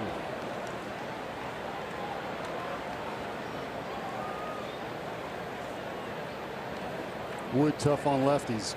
I'd like to see Markakis go the other way right here. Probably a slider or fastball off the outside corner. And it is. And he hit the glove perfectly. Markakis thought it was outside, but Woods come on and gotten the first two. And Woods going to be taken down, it appears, with Adonis Garcia coming up. That's an interesting pitch, I think, because of the way the Cubs had Markakis defended. Tommy La Stella was about 15-20 feet off the third base bag. And if Nick had been able to flip that ball the other way, he'd have picked up an easy double. But no such luck. So Wood a nice job in relief of Jason Hammel. 1 on, 2 outs, 2-0 Atlanta here in the 6th.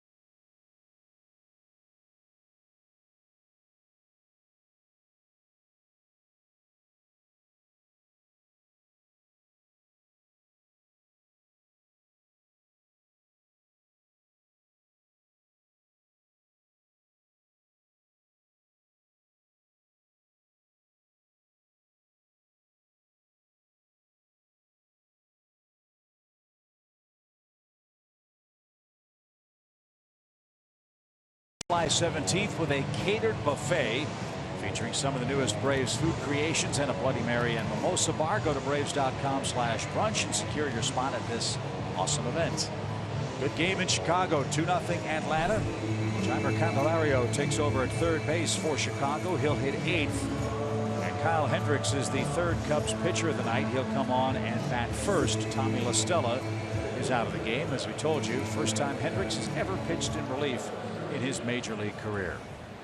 Pretty darn good numbers, as you see right there. Came in to fill the back end of the rotation. ERA 2.61. Nice base on ball, the strikeout ratio, and pretty close lefties and righties. Not too big a difference. The Cubs knew Arrieta was going to throw well. They're excited about Lester, John Lackey, but Hammel, good numbers last year, but not as sure as an Arrieta. And then Hendricks, as the 5th starter, has been fantastic. An injury for Jason Hammel I've not heard of before. He left the game because of cramping in his right hand. Huh.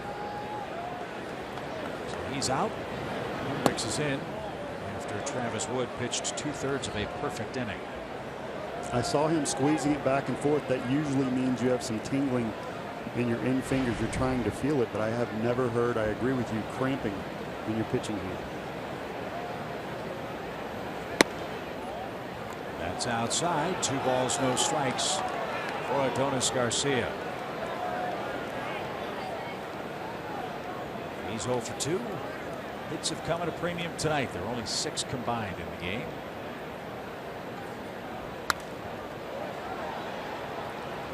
And now 2 balls and a strike.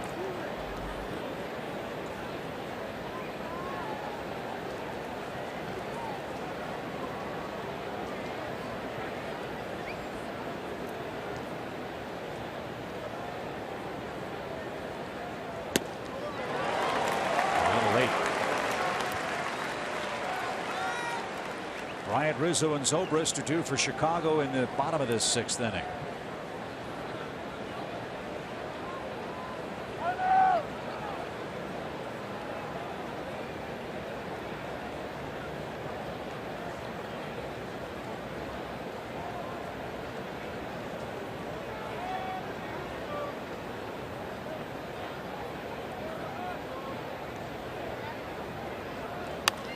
Drilled foul.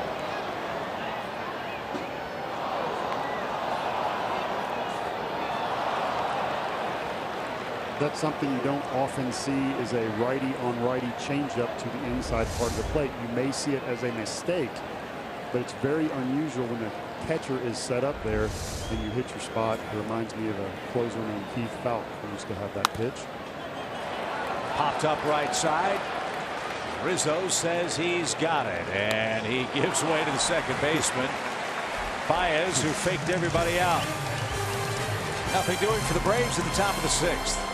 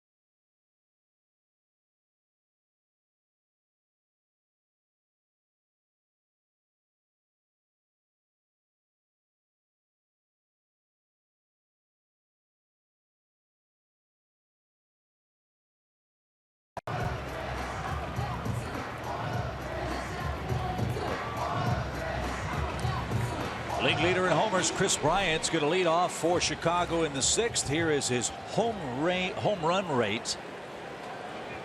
Almost 13 at bats per home run. The best ratio in the league.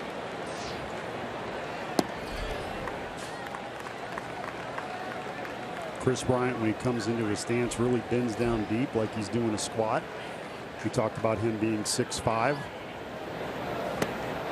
And if you're 6'5" and you walk up to the plate and you stand tall, your strike zone is huge. So you see that squat and him also getting his legs into the pitch.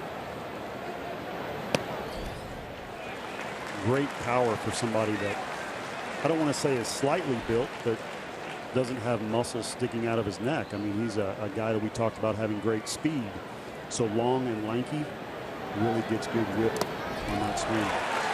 Back-to-back leadoff walks for, beg your pardon, back-to-back innings with walks for Lucas Harrell now. And he's got more trouble here in the 6th inning. Tying run to the plate in Anthony Rizzo.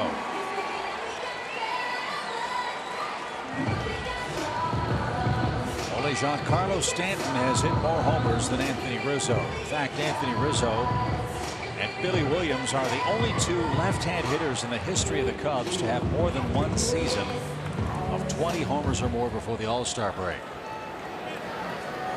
And he is tailor-made for this ballpark.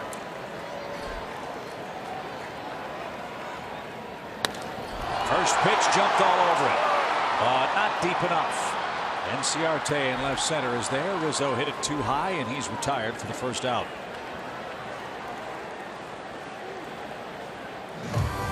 There have been so many key plays in this game for Atlanta. How about the play of Enciarte on Zobrist in the 4th? Again, running, throwing like a quarterback. Perfect throw, a lot on it. Harrell fired up. I'm jealous of that arm. I don't like it when position players have stronger arms than me, Chip. Another assist for Enciarte. Braves have done a good job of helping out their pitchers on the base paths. Frank Coeur threw out a runner yesterday in Philly. Enciarte now with 10, one more than Ryan Braun and Starling Marte of the Brewers and Pirates. I am a fan of the defensive run save stat, which is computed, meaning that if you play great defense and make a great play and you save a run, it's recorded. If you don't make a play you should have, then you go in the negative column. Inciarte constantly saving runs, and in my opinion, that is as good or better than an RBI. Yeah, any run you save is one your offense might not have to get. And you get an out on one play, you may have saved 3 or 4 runs because the inning may not get to continue. 2 balls and a strike for Zobrist.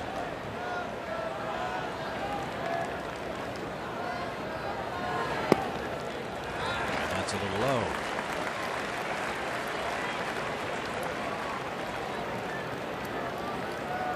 Inciarte with 40 defensive runs saved as an outfielder. Kevin Kiermaier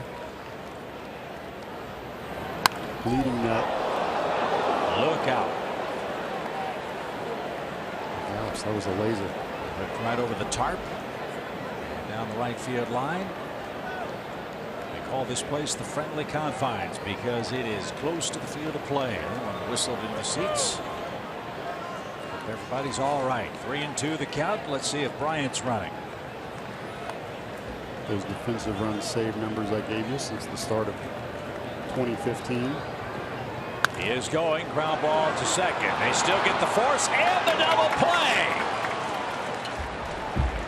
Zobrist hits into an inning-ending double play. The second twin killing turned in by the Atlanta defense. And Lucas Harrell continues to shine in Chicago.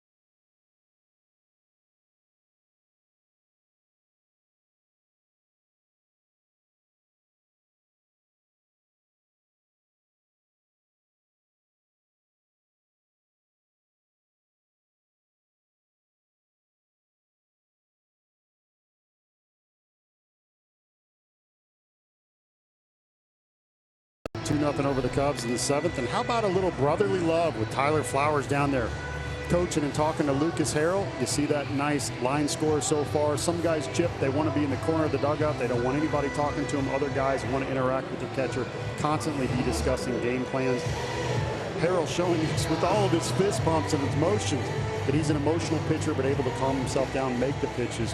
And I like the interaction because, let's face it, they haven't had this battery combo for 20+ times. They're just learning each other, and it's good stuff. So how about Harrell?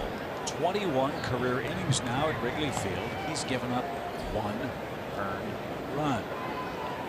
He came in lifetime 2-0 with a 0.60 lifetime ERA. He's pitched out of some trouble the last 3 innings. And he's made 2 early runs stand up against the big bad Chicago Cubs tonight. Right now the Cubs are not clicking. They've lost 12 of their last 17 games.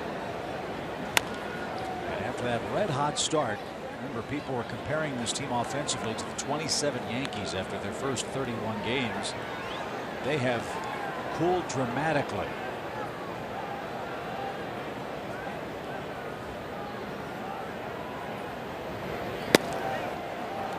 That just missed for Francoeur. 1 ball, 2 strikes.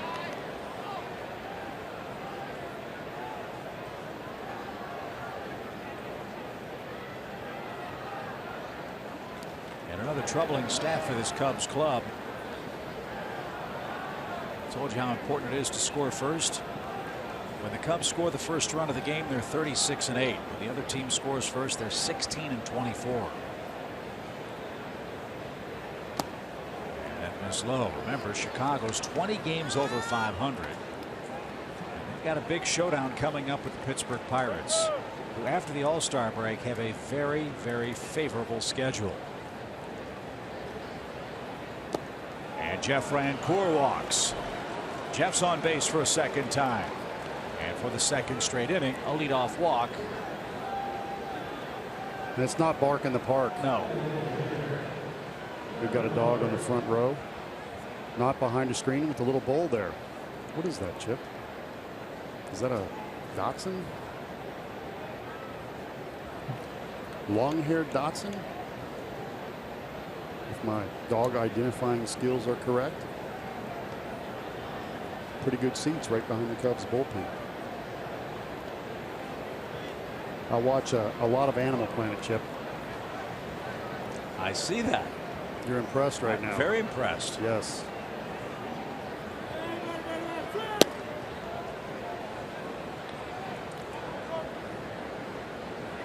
Tyler Flowers is up.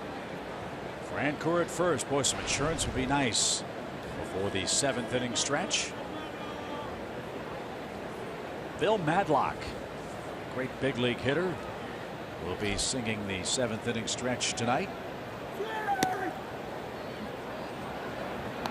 He was the first player in history to win more than 1 batting title with 2 different teams. He did it with the Cubs and the Pittsburgh Pirates.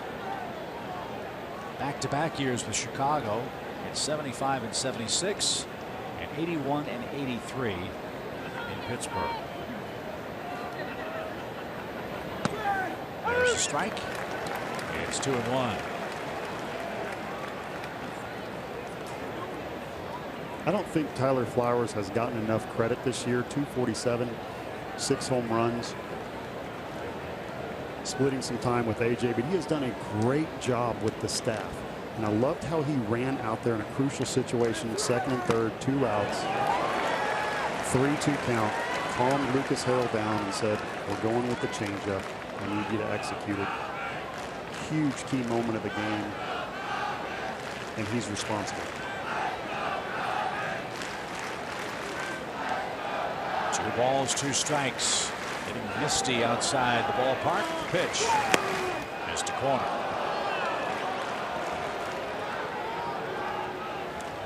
Well, how much gambling does Brian Snitker want to do here? Do you send Jeff Francoeur? Let's find out together, shall we? I like it. He's going. And the pitch popped up. Into shallow left, and Bryant will charge in. He's got it. There's the first out.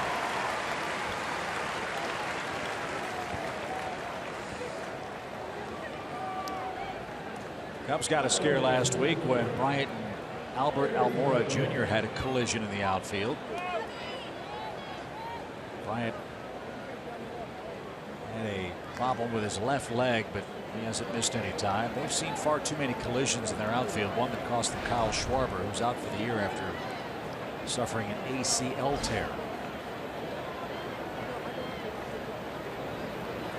There's Kyle by way of Indiana University.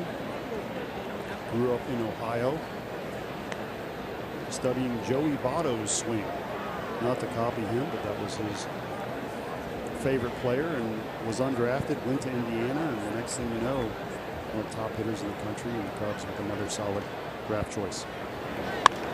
That's drilled by Inciarte to left. Bryant got a good jump, and he makes the catch.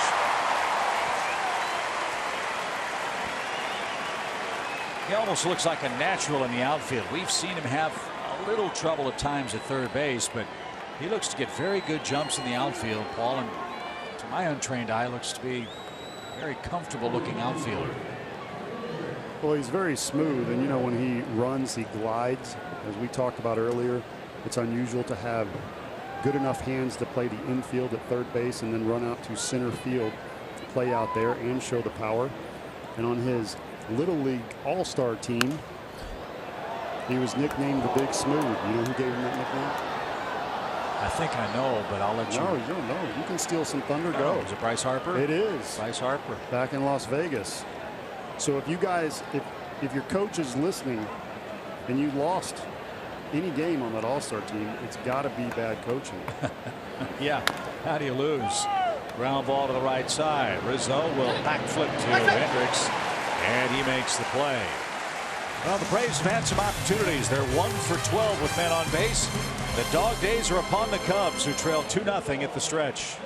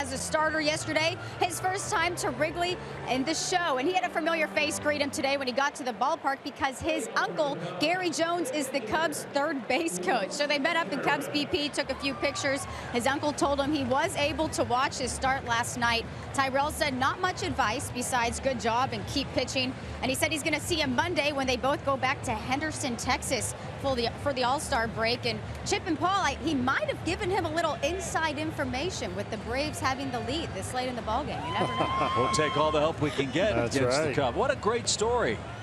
Didn't know that about Tyrell and Gary Jones. And we understand that Tyrell's whole family was down in Henderson watching his start the other day.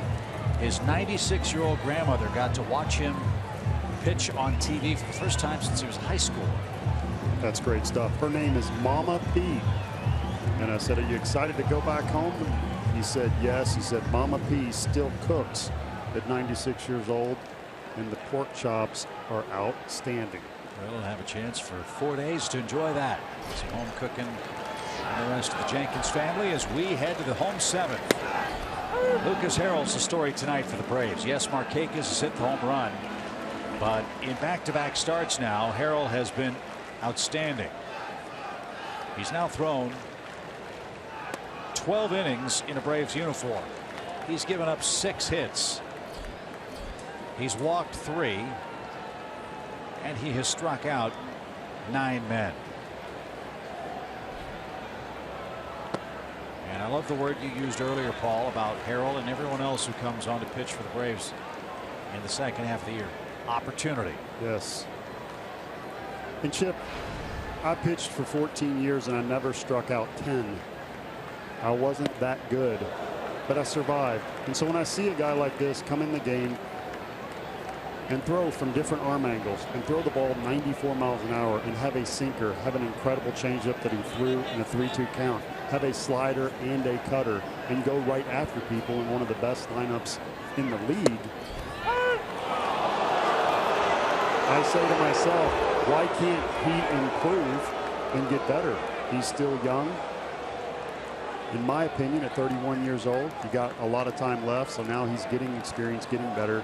I don't know what the future holds, but I really, really like what I see.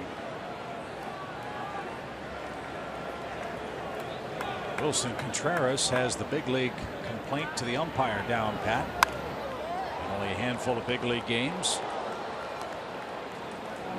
As that fifth pitch was the one he argued with, it had the bottom part of the strike zone. And he of all people should know the zone by this point in the game. He's the Cubs catcher. It's now 3-2. Let's see if Merrill can keep the leadoff man off base here to start the inning. He can't. It's a clean single to left. So with that, the Braves bullpen will start to work, and for the fourth straight inning, the Cubs put the first batter on. In the fourth inning, it was a hit batsman. Zobrist lined into the double play where Bryant was doubled off second. Jason Hayward singled in the fifth, but La Stella struck out with the bases loaded. Last inning, a leadoff walk by Bryant. He was erased on an inning-ending double play by Zobrist. Contreras, nice piece of hitting, and the fastball up and in, sinker, working it over shortstop, has very good hands. Little pop by Hayward. That's into shallow right center. Inciarte slides and makes the catch. He dropped the ball. The throw's going to come to second, and I believe they're going to say the out was made. Hayward's out on the transfer. And had Ender not lost his footing, he was ready to come up firing to first again as Contreras wandered off the first base bag a few extra steps. This guy is so fun to watch, Chip. That's in slow motion, flying, the nice slide, and you see as he goes to transfer, the ball pops out. Good call. I've said before, he looks like you hit fast forward on your DVD player sometimes. That's how fast, how good of jumps this guy gets. And I think those jumps are obviously fooling the Cubs base runners, because again, as he made the slide, he's ready to pop up and throw. Lost his footing, dropped the ball, but he might have had a play on the Cubs catcher at first base. You never know. Addison Russell is grounded out, has walked, and has been forced out. The crowd booing on that last pitch, thinking it was a balk. But he stepped off the backside of the rubber before he looked to first. You can spin and not deliver the ball to second base, but to first base, if your right foot is on the rubber, you have to make a throw. You can't hold it unless you step off prior. Foul back to the screen by Russell. Harrell's ahead of him, 1-2. Alvarez and Cabrera are the Cubs relievers. Alvarez, the lefty. A unique feature of this park, one of the few remaining that has the bullpens in foul ground, very close to the field of play. 1 ball, 2 strikes. Popped up. Another chance for Ender. He broke back, now charges in, has plenty of room, 2 outs. You mentioned those bullpen, Chip, even down along the first base line. They added 3 rows of seats right there with the renovations, so very small foul territory. It's a hitter's park, not much foul ground. And those bullpens, if the Wrigley Field renovations continue, are going to disappear. Word has it they're going to actually put them underneath the stands to take the bullpen mounds out of play for the outfielders in the years to come. Drive around this place now, and if you've been put in a time capsule, you almost wouldn't recognize it with all the changes that have taken place, all the remodeling.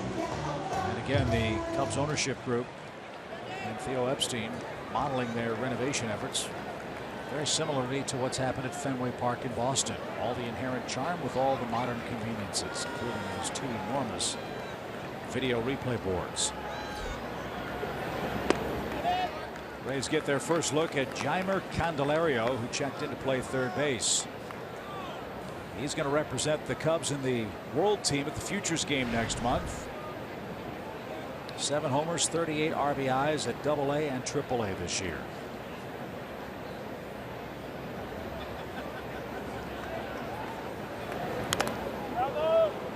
And an even count for Candelario. There's that nice cutter at 89 miles an hour, tying up the lefty. Looks like a fastball, and at the last minute moves an inch or two in on the hands.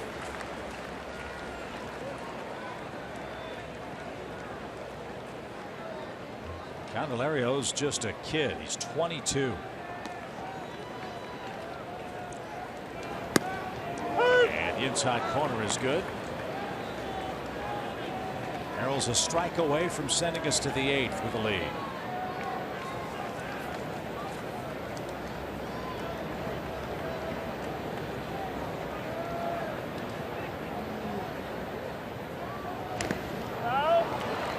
Candelario, one of 6 players who were not part of the opening day Cubs roster. And one of 5 rookies. All of them have come up within the last month because of injury or ineffectiveness.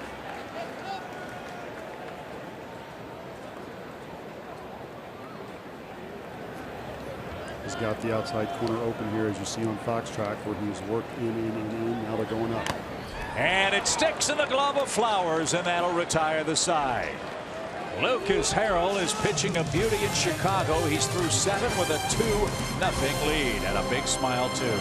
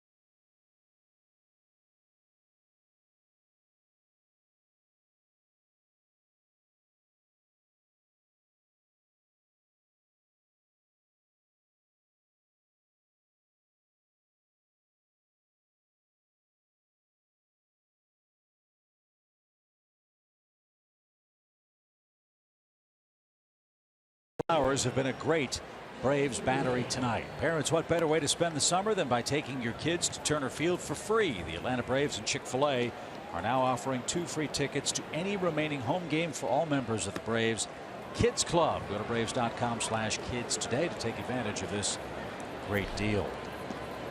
Told the last 2 Braves games here in Chicago. May 1st, Julio Teheran, 7 scoreless innings. Lucas Harrell has matched Julio with 7 scoreless innings of his own and 5 strikeouts and just 4 hits. He's held the Cubs to 1 for 11 with men on base in the game.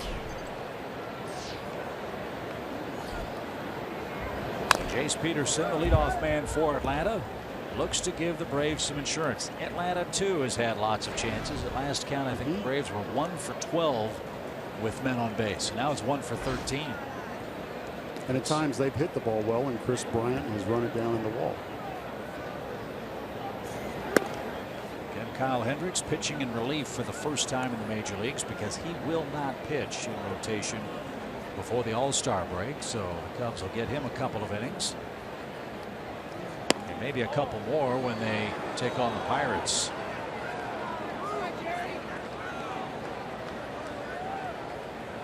not everyone can start and then run down and pitch in relief. You have your routine. You eat your blueberry pancakes in the morning. You get to the field at a certain time. You get in the whirlpool. You take a long time to warm up, and that's the life as a starter.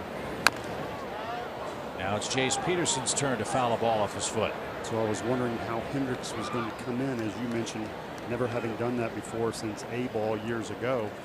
But he has dotted up the strike zone and pitched very well. He is deserving of some credit. And we got to stop fouling balls off our right foot.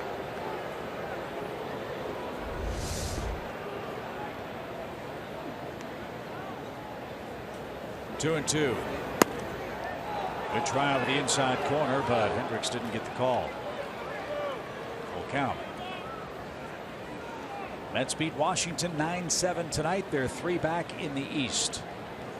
And 3 more to play against Washington. Pitch is corked toward left. Bryant drifts over and has room. There's the first out.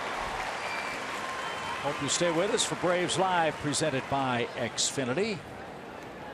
Kelsey will head to the Braves locker room and chat with Brian Snitker, the Braves skipper. And we'll hear, I'm sure, from Lucas Harrell, who's pitched another gorgeous game against Chicago here at Wrigley Field. We'll see if he continues on when this game gets to the Chicago 8th. The Cubs are not the same team that we saw early in the season, both here in Wrigley and back in Atlanta.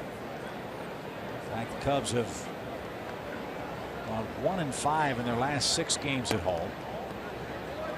That figures to change in the second half. In fact, Chicago and Joe Maddon have played the fewest home games of any team in the National League. But they really miss Dexter Fowler.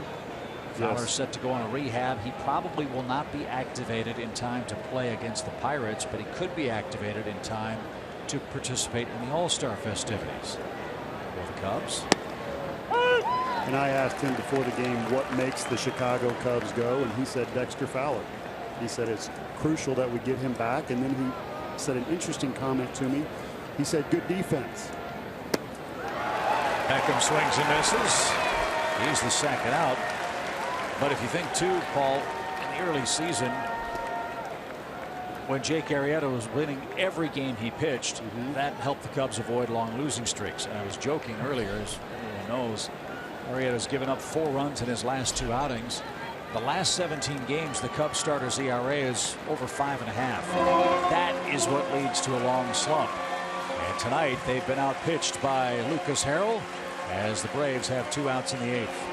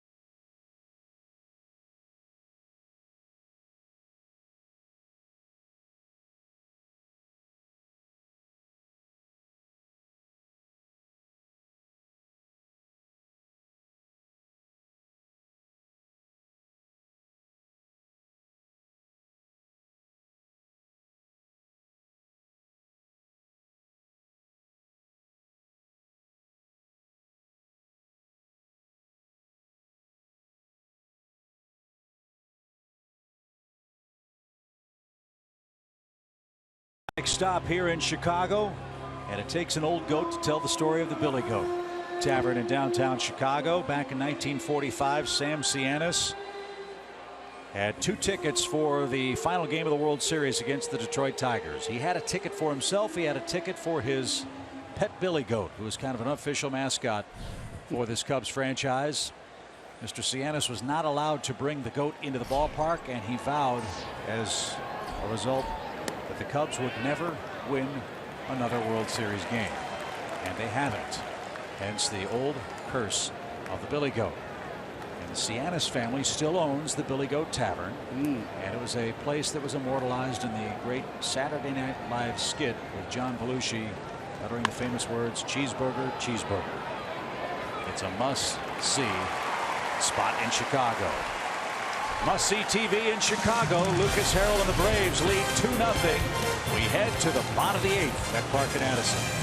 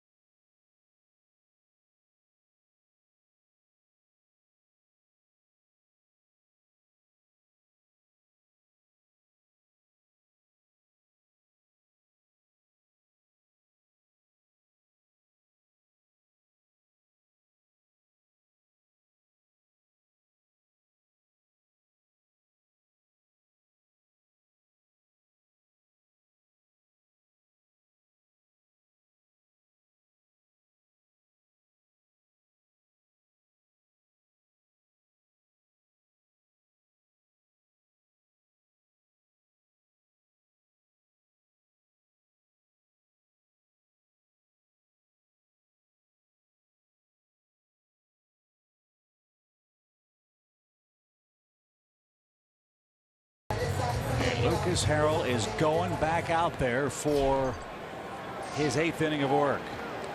He'll start with Javier Baez, who's at second base tonight. He's reached base twice, and he's still got a good fastball. That one pounded in at 91 miles an hour.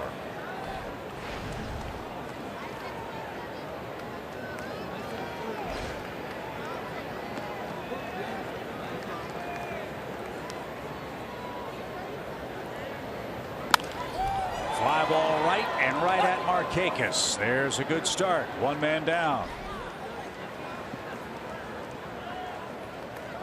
Something interesting about Harold, Chip, I was talking to him before the game. He said last year in Korea, and I've never heard of this in my life. He said, but the 3 and 4 hole hitters, including the whole lineup, will practice fouling balls off. So they turn the hack attack machine up. They throw nasty sliders and curveballs that are an inch or two off the plate. The hitter doesn't want to put it in play. He just wants to foul it off to make you throw another pitch. Again, I've never heard of that. But what he learned out of that was his put away pitch has to be better. And I think that is created. Up the middle. Beckham retreats, throws low at first, and Freddie handles a long hop. Good play at both ends. 2 outs as Albert Almora Jr. swings the first pitch and is retired. That's a nice play. I can't even get my stories in, Chip, because he's pitching so quick and going right at people. Great to see. Talking about that put-away pitch, he has 3 or 4 average to above average quality pitches here in the big leagues. So when I see that, I don't think it's an accident. And I believe that pitching in Korea made him better. Coming back here, he said, I would rather pitch in the big leagues than in Korea. Very interesting comment. So Harrell already has recorded the 2nd longest outing in his major league career. He does have 1 complete game in the big leagues. And the Cubs, obviously frustrated, are starting to bark more regularly at the home plate umpire. And Bryant didn't get that. Right now, Lucas putting the ball pretty much wherever he wants to put it. Got back on the beam in the 7th after a lot of base runners in the 4th, 5th, and 6th innings. And he had Bryant flinching there. And sometimes you're facing Bryant here now for the 3rd, 4th time. So when you see that and the fastball is still beating him, that means that he is good enough to start. When you throw 3 or 4 pitches, you get away with things like that. If you're a 1 and 2 pitch pitcher, you can't do that. Lost a mile an hour off his fastball since the beginning of the game, but it's still good enough to go past the best home run hitter in the league. We'll see if we can do it again. And if my recollection is correct, I think he's only thrown 1 changeup in this game, and that was the one to Tommy La Stella. I don't think anything else has been. You're right on. Has been soft, right? You're right on. So the secret weapon, Chip. Right? I mean, only when I need it. What a great pitch and result in the 5th inning with the Cubs having him loaded. And Bryant got hit again. This time it's on the leg. And Harold dropped down, and that really hurt the Cubs left fielder Kris Bryant. Chip, I actually don't like this. He got hit in the side of the knee, but in the rule book, you have to make an attempt to get out of the way. Kris Bryant, team's down by 2. It's the 8th inning. I admire him trying to get on base, but as you can see, he stuck that knee out there. That is not allowed.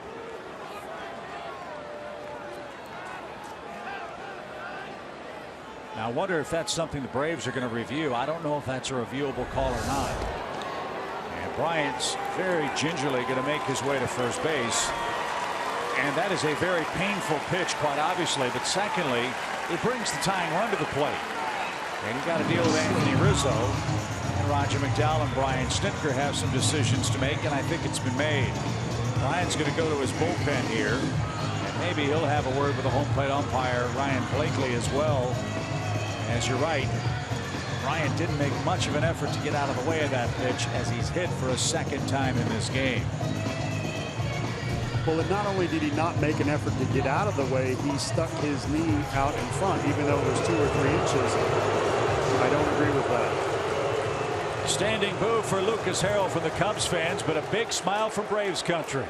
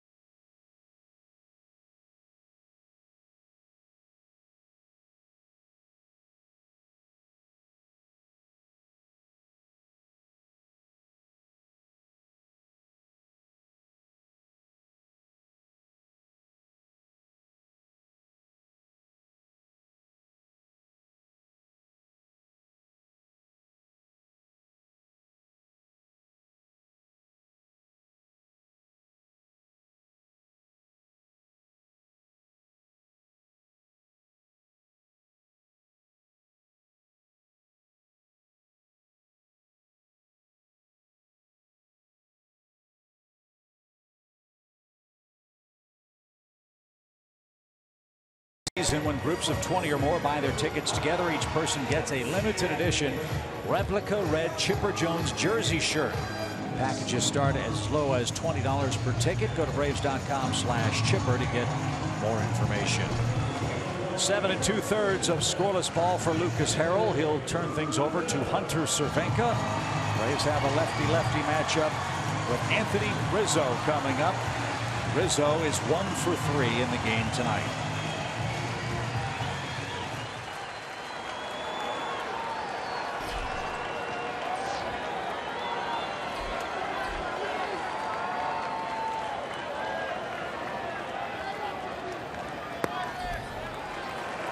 Rizzo hitting .202 this year against left-handers, but he does have 6 home runs against southpaw pitchers. That's second to Chris Bryant on the Cubs team.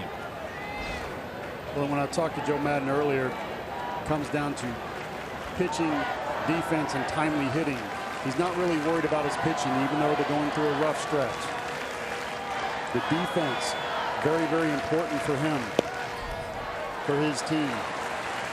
But what he said that I didn't like was he said, Paul, we're going to hit our home runs, so I know we're going to score a few.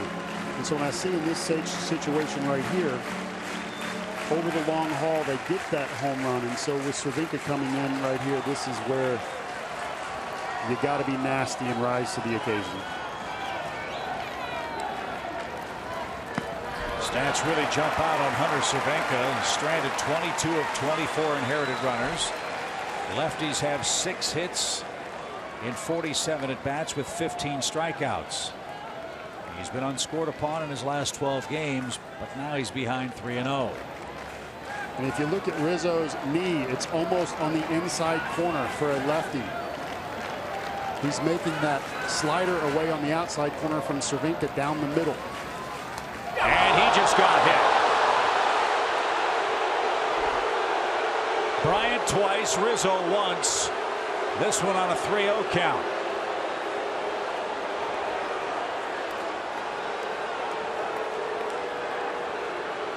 And that'll bring the go-ahead run to the plate for Chicago, and Rizzo really smarting. That is a dangerous, dangerous place for a hitter to get hit by a pitch. And back-to-back plunkings have the Cubs in business with 2 out. Elbow.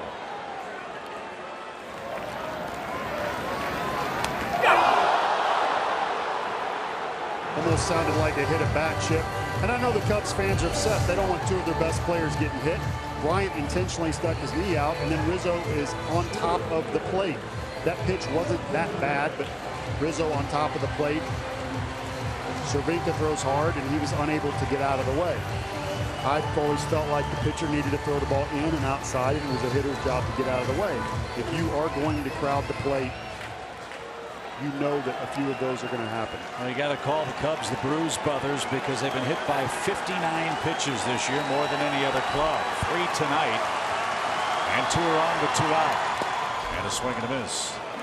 And as a pitcher, you're right. You're going to crowd the plate. Yes. You're going to get hit.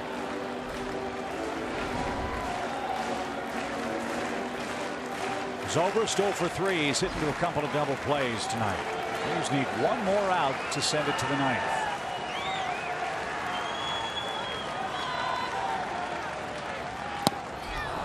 And 2 awkward swings in a row by Zobrist, who's batting right-handed for the first time. And if you're wondering why Cervenka is in the game and not a righty, it's because righties hit 198 off him, showing that he's not just a lefty specialist. Nasty, and as you can see from those first 2 pitches from Zobrist, sliders that he's had no chance on. They go to the well again with an 0-2 count. He tried but missed. It's 1-2.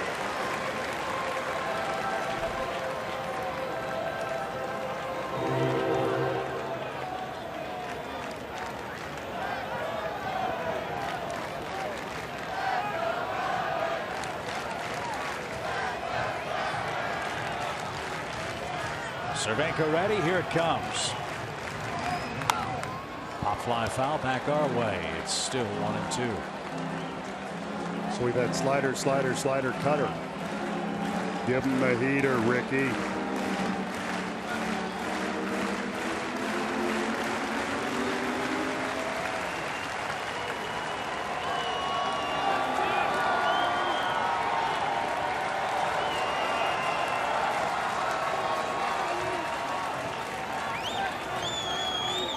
Here comes the 1-2 again. Ground ball fair down the right field line. Bryant will score. Markakis gets to it, but they're at second and third with 2 outs, and the Cubs are within a run. It's 2-1.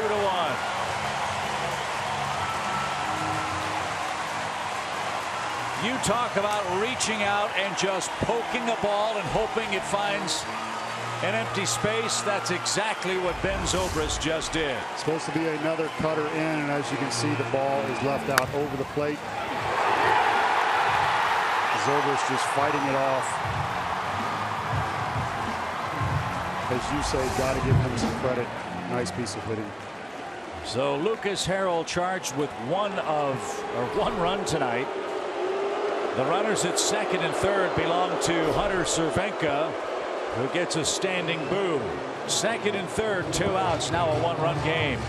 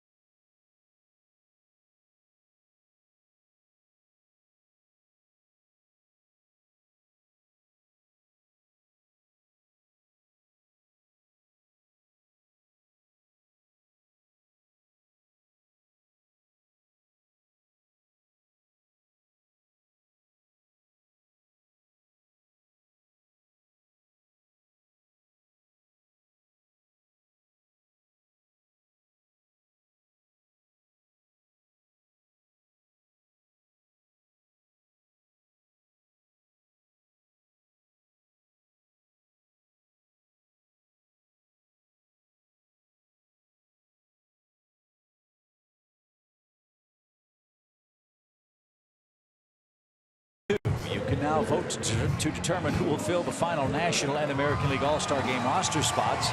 Visit MLB.com/vote and cast your 2016 Esurance MLB All-Star Game final vote today. Vote now. Voting ends Friday, July 8th at 4 Eastern Time. So it's Jim Johnson now. Runners second and third, 2 outs. The Braves protecting a 1-run lead. And Wilson Contreras, the young Cubs catcher, is standing in. Loudest the park has been tonight. And Johnson missed with ball 1.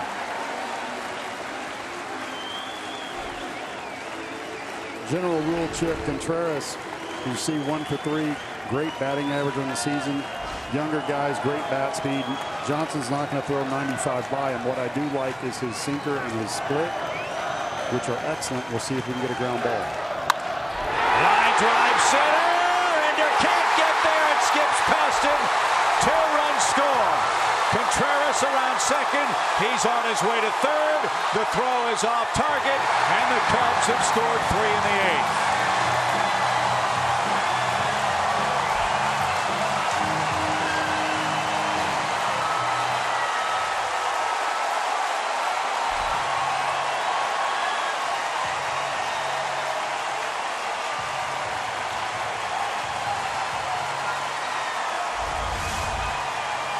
That's a shame, and that's this split. Hoping to be down and away and just left it over the middle of the plate. When you get the split up, very hittable. Credit to Contreras, a young hitter, for hitting the ball up the middle, not trying to do too much.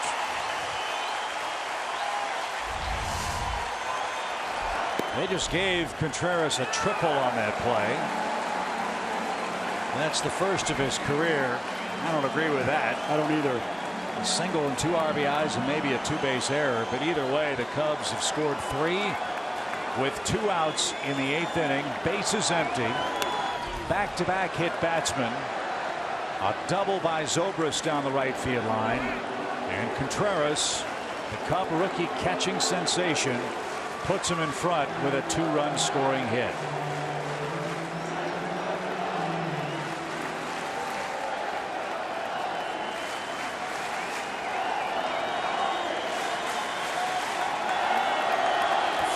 To Chicago in the 8th. A stunning turnaround.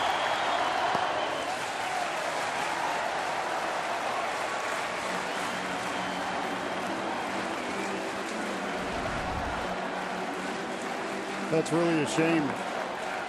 A great start by Lucas Harrell is wasted. Guys coming in from the pen obviously want to make their pitches and pick him up. They just have not been able to locate. And you have to give the Cubs hitters credit as well. Back-to-back games for Atlanta where the bullpens really let him down.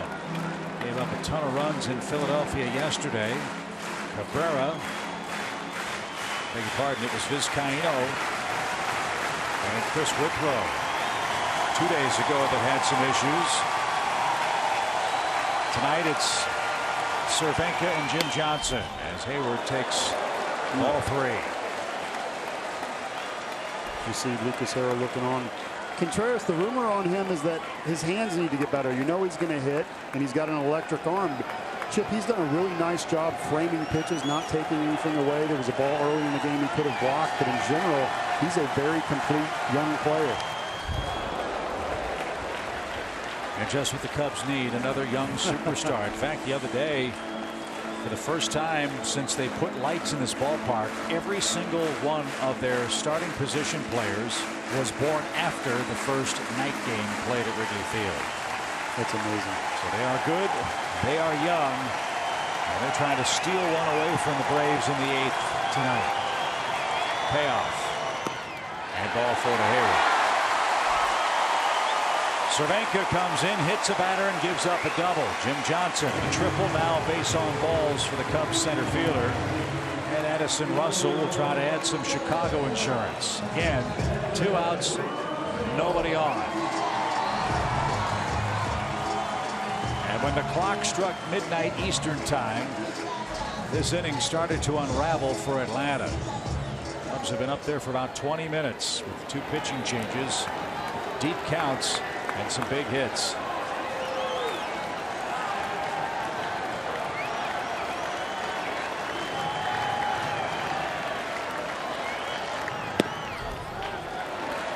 I can tell you, Chip, you feel like you lost the game because it was going so well. You worked out of so many jams. You've silenced the crowd, but you haven't. This game is 3-2. It's very much alive. And Jim Johnson bearing down right here. This is obviously a crucial out, but you haven't lost it. And so you really have to fight against any negative thoughts, any negative energy. Get the job done here. Go tie it up and try to go ahead in the ninth. A ball, 1 strike. Fly ball hit toward left. Jeff Francoeur is there. He's got it. And the side is retired. 2 outs, bases empty. 2-hit batsman, a double, made it a 1-run game. And then Wilson Contreras tripled home the tying and lead run for Chicago. He's fired up.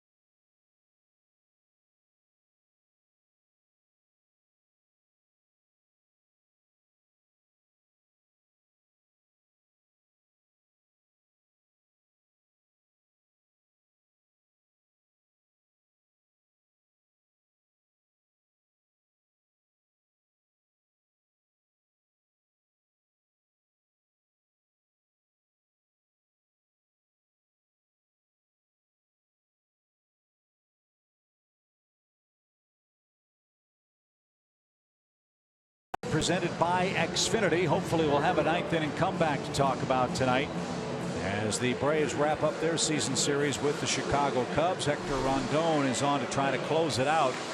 And he'll have Markakis, Garcia, and Jeff Francoeur coming up. Been some question marks about this Cubs bullpen this year, but Rondon, Paul, has been very good, and not a lot of save opportunities because they score so many runs. He doesn't get many chances. You're right, in 13 out of 16. But how about that strikeout to walk ratio with only 3 walks? Been outstanding. That 1.59 ERA. But we got Nick Markakis, who started the game in great fashion for the Braves. A first inning big fly that put Atlanta in front. That came with 2 outs off Jason Hamill, who had to leave after 5+ innings with a right hand cramp. Now Markakis will try to get things started for the Braves, who had chances. Atlanta tonight is 1 for 13 with runners on base in the ball game. Remember, they had a runner thrown out at the plate in the 3rd inning. And Jeff Francoeur tried to score on a bunt from Lucas Harrell. That play is looking bigger and bigger late. Outside to Nick, 1 ball, no strikes. Markakis with that 1 for 3, and he's shown you that he can hit the ball in. So the temptation for the hitter here is to try and tie the score up. I'm not saying that would be a bad thing. That's nasty at 95. And you saw the head pull right there, so you know what he's thinking. He may be trying to go deep the first or second pitch, and if 2 strikes, just get on base. But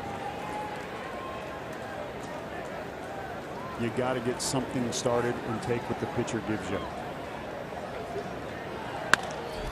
Line to the left side, foul. It's 1-2.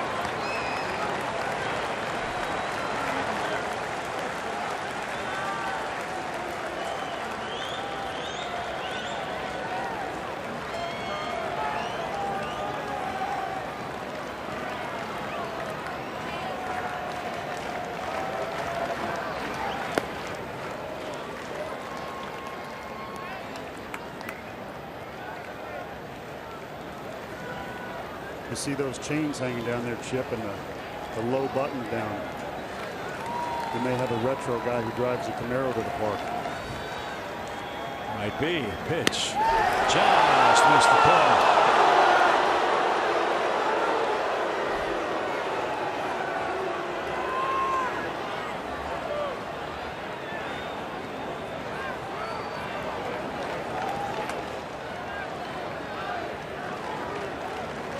Payoff. Swing, drive, deep right. Hayward's going to turn. Line drive, home run, Markakis. And the Braves answer in the 9th inning. A 2-homer game for the Braves right fielder. Rondon blows the save, and the Cubs crowd can't believe it.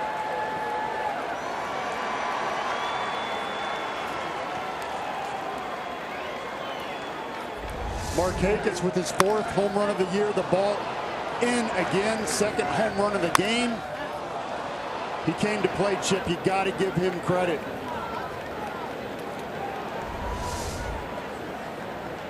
That was a laser line drive. Barely left the ground. I don't know that I've seen that kind of power from him yet since he's come back from the neck surgery, showing you that he's still got it. It's the first multi-homer game for Nick Markakis since September of 2008. He also has a 3-homer game that came before 2008. So now we'll see how the Cubs react. Their closer gives up the lead in the 9th inning. He's starting to spray the ball. Look at his pitch distribution on Fox Tracks. And look at those flags. I made a joke earlier. The wind was blowing straight down. It's not blowing at all. Another very impressive thing for me is that he had no help. Again, a line drive out with no wind to a deep part of the park. Impressive. Garcia didn't get the off-speed pitch. He strikes out, 1 away.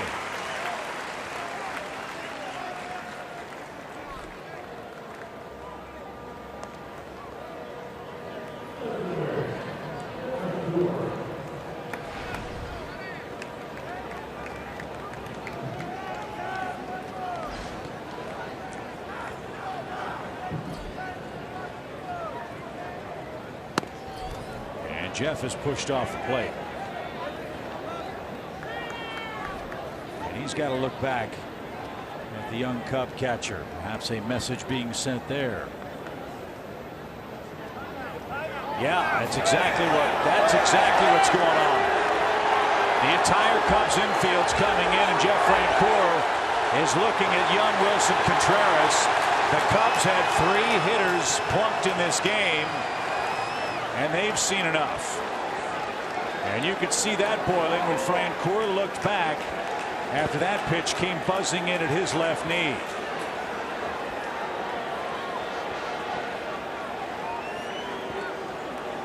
My opinion, the Cubs have absolutely nothing to complain about here. We talked about Bryant leading into a pitch. Rizzo's right on top of the plate. As a pitcher, you have to throw to both sides of the plate. Sometimes that happens, and I would be upset with the Cubs because nobody got out of the way. So the last thing you need is a rookie saying something to an 11-year vet.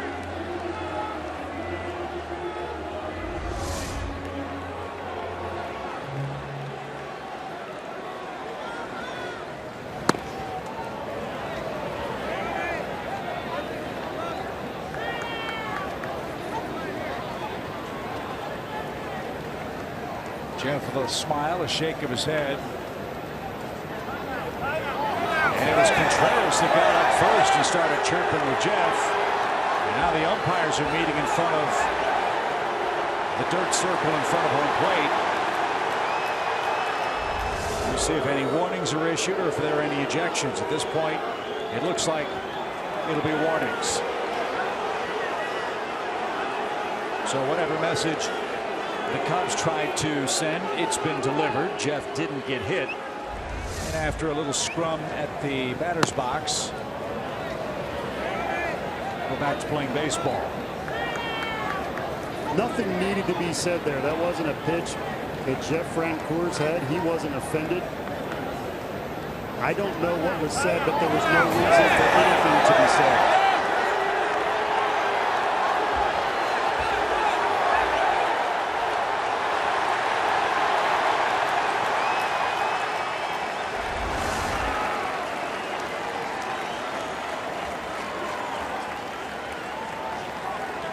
One ball, no strikes.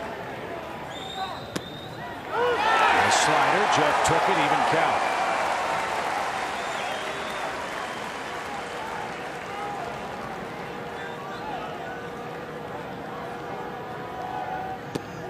There you go. He did not. Wouldn't it be something if on the anniversary of his big league debut, Francoeur hits another homer against the Cubs? Slider away, holds up, nice call. Yeah, I would love that, and him to step on home plate and then say a few more things. He tried to with that swing.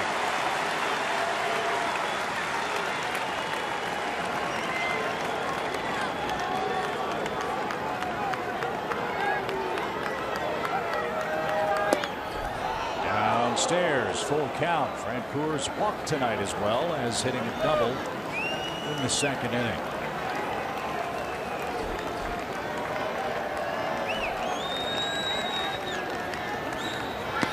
And another walk and a big bat flip, and Francoeur with a look at Rondon as he makes his way to first base. He just walked the go-ahead run in the 9th inning. Thank you very much. And here's Flowers.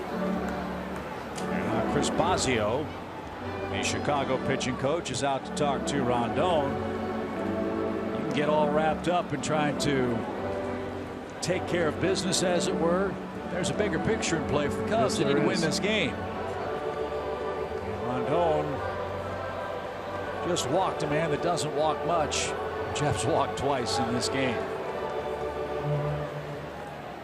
I learned early in my career from veterans that you never hit anybody to put the game in jeopardy.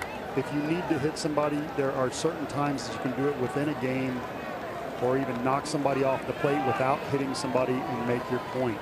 if you are going to put the winning run on at first base in a 3-3 game, very, very poor baseball etiquette.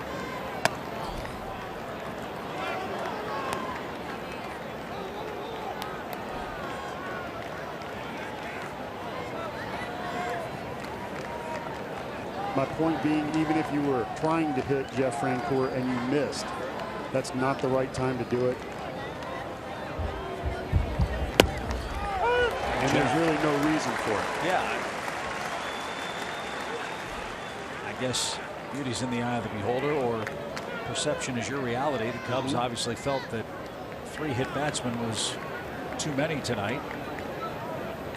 Bryant Rizzo got plunked in the 8th. Both of them scored. Comes off the plate to Flowers. 2 balls and a strike.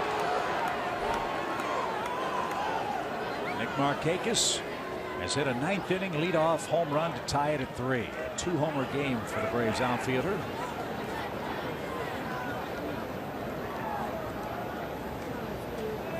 The 2-1 pitch. And is cracked over the roof and out of play. 2-2. Chip, when you, and I'm not advocating hitting anybody, but when you do, you throw a 4-seam fastball, you knock somebody off the plate again. But 2 of the hit by pitches were breaking balls. Cervinka comes in and throws a fastball to Rizzo that hits him when you have the lead. He's not trying to hit anybody. Flowers down on strikes, and you made a great point.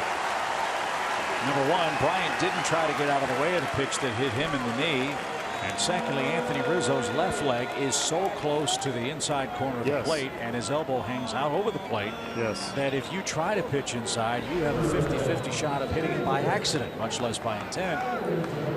That's why the Cubs have been hit 59 times. They want you either to pitch inside and hit them, or let them get their arms extended on the outer half of the plate, right? Yes, and I'm not saying I disagree with Rizzo's strategy. He's taking the slider away from the lefty-lefty, crowding the plate, and if you hit your spot on the outside corner, that pitch is now down the middle.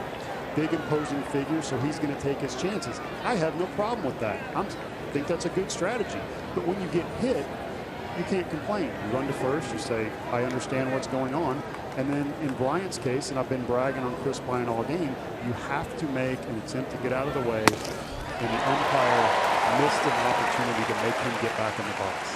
And that's a play that's almost never called, because in fairness to the home plate umpire, you almost no shot at seeing the hitter lock up like Bryant did. I would have liked to have seen that play been reviewed. Zoender Inciarte, the final hope to extend the inning for the Braves. A.J. Pierzynski is on deck.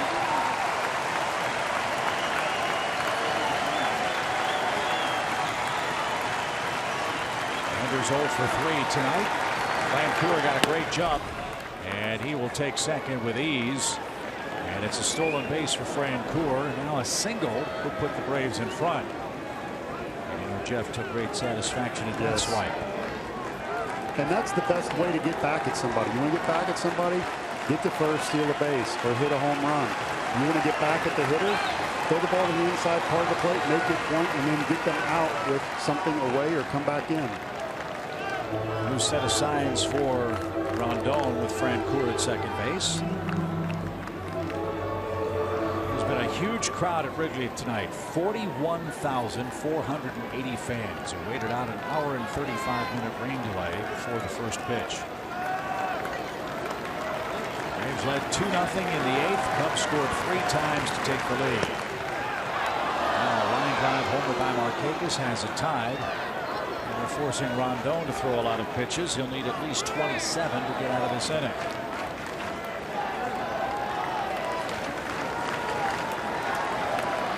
Good arms in the outfield for Chicago. The pitch. Line drive slicing down the left field line and out of play. Jason Hayward's in right. Almora's in center. Zobrist is in left. Remember, Chris Bryant is out of this game. And all the defensive shifting for Joe Maddon and that hit by pitch on the knee. And as you can see, the defensive alignment straight up, slightly off the center field. I'm surprised they're not playing him the other way. Downstairs, full count. He likes to go the other way, and your reliever's throwing the ball 97 miles an hour.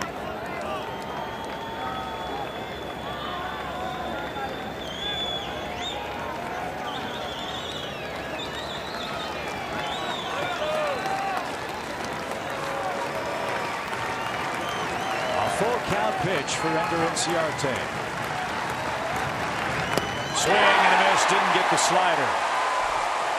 It took Rondon 29 pitches to get out of the 9th inning, but he surrenders the lead. A Nick Markakis homer ties it at 3. We head to the bottom of the 9th.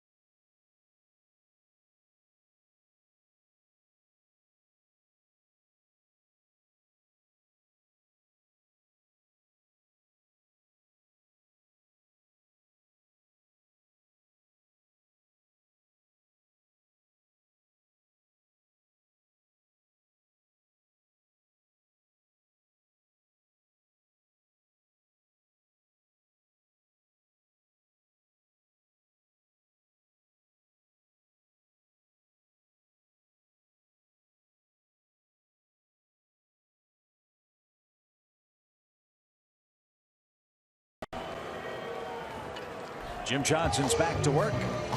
A triple, a walk, and a fly out for Jim in the 8th inning. We'll have a clean frame here in the 9th as Candelario, Baez, and Almora are coming up for Chicago.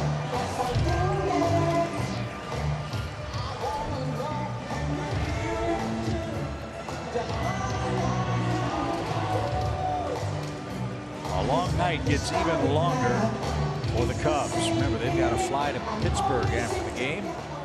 The Braves have to drive about 5 miles to their hotel and play tomorrow night against the White Sox. Little tapper, and he could be out. No, he was still in the box. That was close.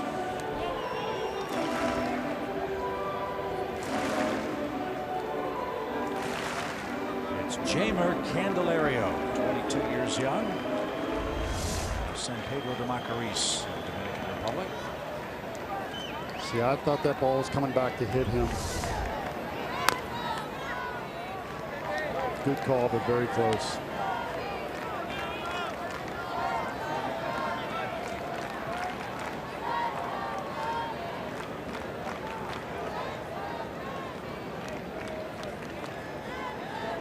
And 2 as we start the home 9th. A little tapper. Jim Johnson's got it. He'll make the play to first, and there's a good start. 1 down. Here's Baez. Baez 1 for 3. He's singled. He's reached on a force play, stolen a base, and he's flying out. At this point, on paper, it looks at least like the Braves bullpen's in much better shape than the Cubs. They've already used their closer. Atlanta still has Cabrera. They've got Vizcaino down there. They've got Kroll. Jim Johnson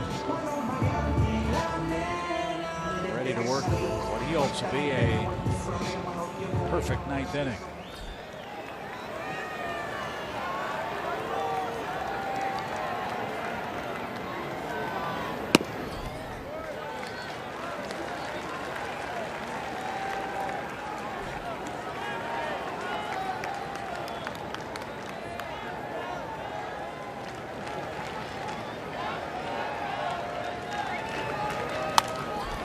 Popped up out of play, and it's an even count. Spencer Patton is up and throwing in the Cubs bullpen.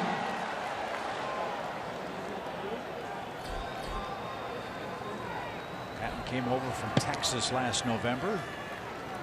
He's had some control trouble in his brief big league time with the Cubs. The pitch. It's a beauty. 1-2.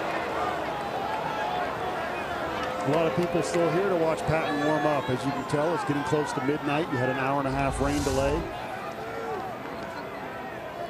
And you saw the buckle right there on the nice curveball.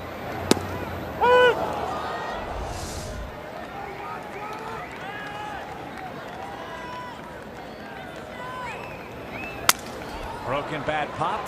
Garcia long run. Gordon Beckham gets there near the line and makes the play. Jim Johnson shattered the bat of Javier Baez for the second out. And here's Albert Almora Jr.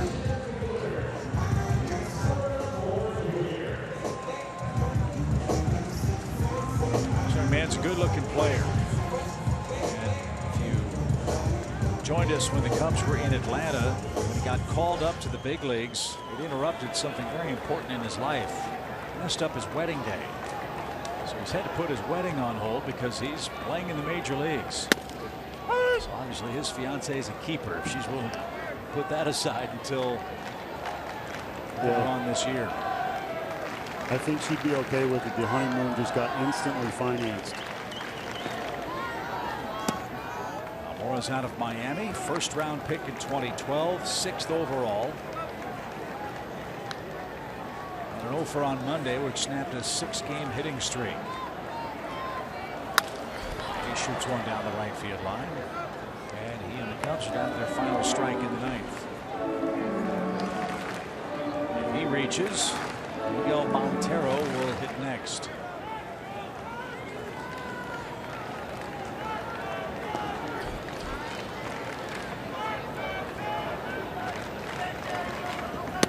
Strike 3 called, and Jim Johnson had a fantastic 1-2-3 ninth. Free baseball in Chicago at Wrigley Field. You can't beat that. It's 3-3.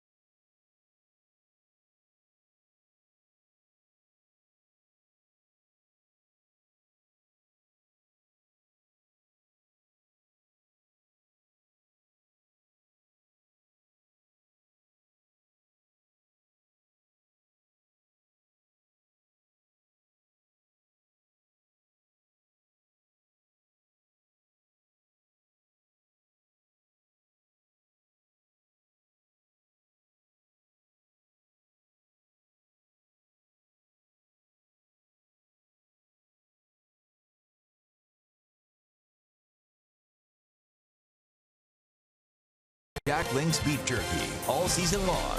Jack Link's Beef Jerky. Feed your wild side. 3-3 game after 9 innings in Chicago. Long night. And all hail Matt Caesar. He takes over in center field. The 3rd center fielder for the Cubs in the last 3 innings. Again, we told you they have so many interchangeable parts. If Joe Maddon has his way, he can be the master of manipulation of the lineup card, and that's exactly what he'll do. Is he'll bring on Spencer Patton. 7 games, 7 strikeouts. Paul, the number I'm more interested in is that 6 bases on balls. You got it. Not a lot of innings. You see the high ERA.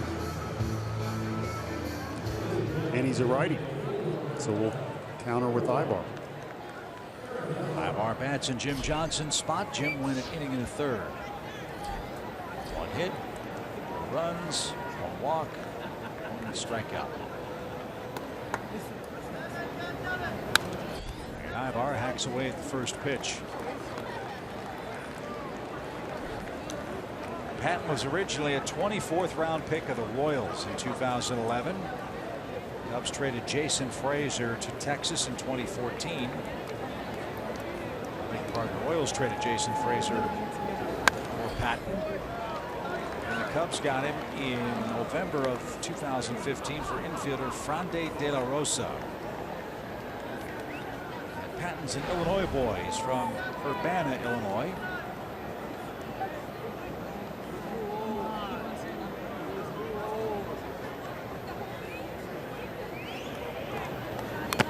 And that one's tipped and foul at the plate. Patton pitched in 27 big league games with Texas last year. 24 earned runs in 24 innings. We'll see what he did in his last appearance Sunday against the Mets.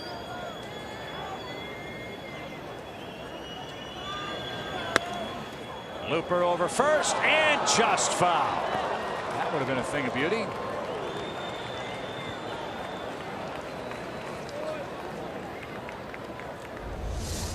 Ivar has come up to the plate swinging. Just over the reach of Rizzo. Joe Maddon making a point to say everybody wants to talk about Rizzo's hitting, but he is also a very good fielder, and he believes doesn't get enough credit for his ability over there at first base, and not just scoop the ball out of the dirt, but for being such a big man, field ground balls and good flips to first. And it's very, very important. Let's face it, first baseman is in on almost every play. Ivar down on strikes to start the 10th. One away. And a good one here for a long time. Mark Grace. Pickett at first base. 300 hitter with the Cubs. Now an assistant hitting coach with the Arizona Diamondbacks. Chase Peterson, bases empty in the 10th inning. He singled and scored in the first ahead of the Markakis homer. Strike.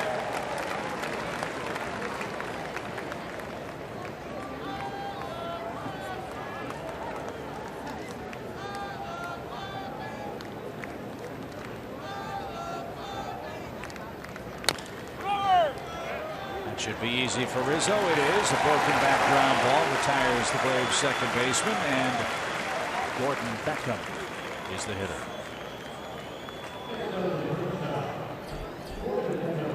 You see Dario Alvarez in the Braves bullpen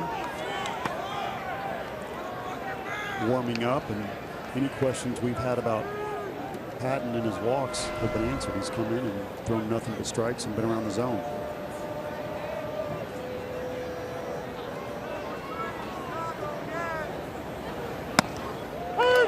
Strike to Beckham, his first game back since coming off the disabled list with a hamstring issue. Gordon's 0 for 3 with a couple of strikeouts tonight.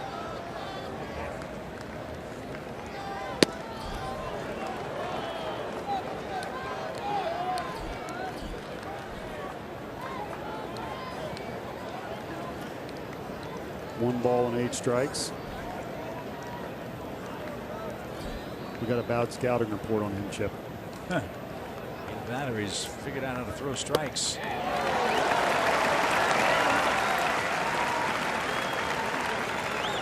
Braves tonight are playing in their 15th extra inning game. Braves are 5-9. Free baseball. Strike 3 call. Cubs are 3-2 in extra innings. Bottom of the 10th inning, Dario Alvarez will be summoned from the Atlanta bullpen. It's 3-3 in Chicago.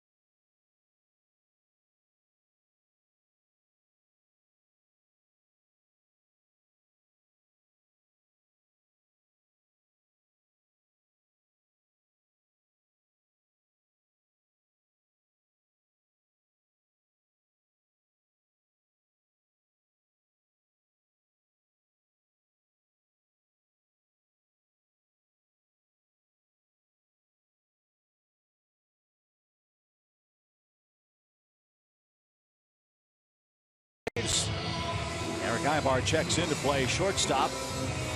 And a real find for Atlanta has been this young man, Dario Alvarez. 19 strikeouts in 9 games. That'll work. We'll take that. Right-handers hitting even worse than lefties. I know it's a small sample size, but flat out nasty with that sidearm slider. And we'll see with Rizzo on deck where that right knee is in the box.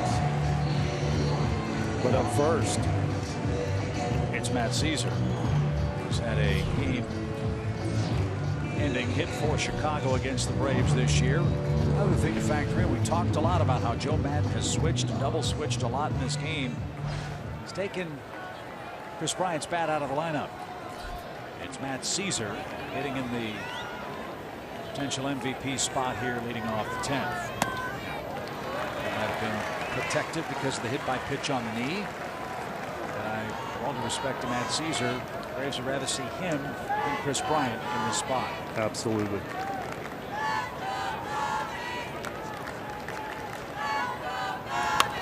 Little pop. And that's headed over the screen foul. It's out of play for Matt Caesar.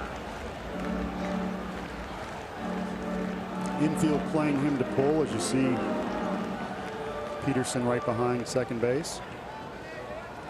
Ibar scooted over.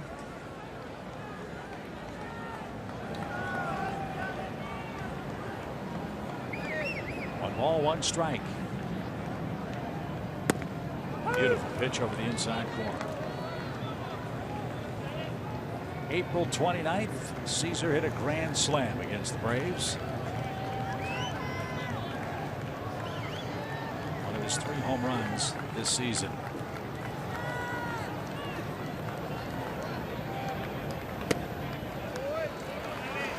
There's a wonderful story about Matt Caesar, who, when he was in college, took part in the bone marrow registry. Was actually a young girl in the Ukraine whom he's never met.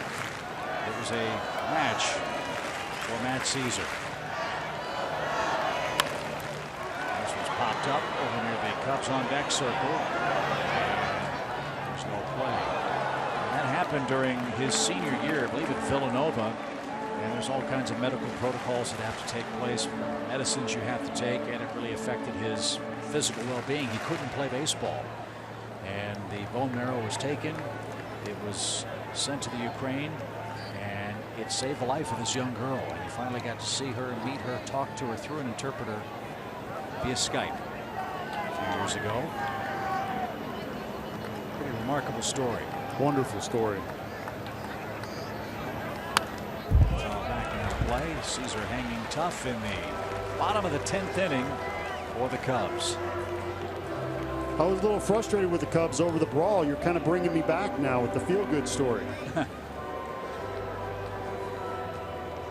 He's a terrific player. And it's a really wonderful story. If you look it up online, you'll find it. It's been publicized for quite a number of years. He's outside. Full count. On a walk. The winning run in the 10th inning. Well, he's having a great at-bat against Alvarez, who coming off the bench, that's tough to do against a pitcher that is this nasty.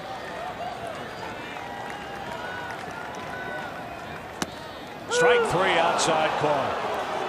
Nice comeback for Alvarez to get Caesar. One out.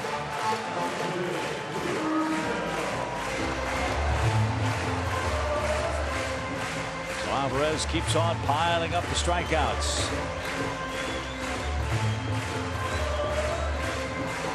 And here's Rizzo. This will be a fun matchup. Lefty-lefty. Again, that inside corner almost impossible to get to.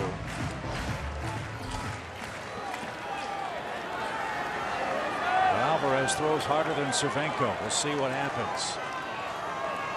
They shift And it's outside. 1 ball, no strikes. Do you have to will yourself, Paul, to throw the ball in the inner half to a guy like this? Yes. Carl Everett used to crowd the plate like that, and I hated it because I knew that if I missed my spot, I had no room for error.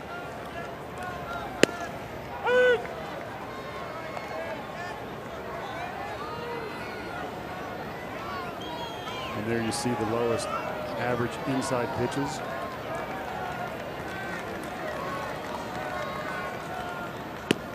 So I guess the point is, if you go in there, you better get it there or you're going to have trouble. Rizzo took one over the outside corner. 1 ball, 2 strikes. We're at the stroke of midnight. And grounder foul at first. So actually it's a little bit different. So what that stat is showing you is that they don't hit well in. So what he's going to do is he's going to take it away. So he's going to crowd the plate. A lot of people that hit the ball in well, you'll see them off the plate and they dive for the pitch away. So he's crowding it. He doesn't want you to throw it in there. He wants the ball out away from him where he can get extension, get that good uppercut swing and high finish. My point is, if you don't get it in on his hands, what isn't in is right over the middle of the plate. Yes, you're right, or you're going to hit him, and he's not going to get out of the way. So you're right when you say you have to get it in there. He's thinking about one thing right now, and that's somehow ending this game with 1 swing.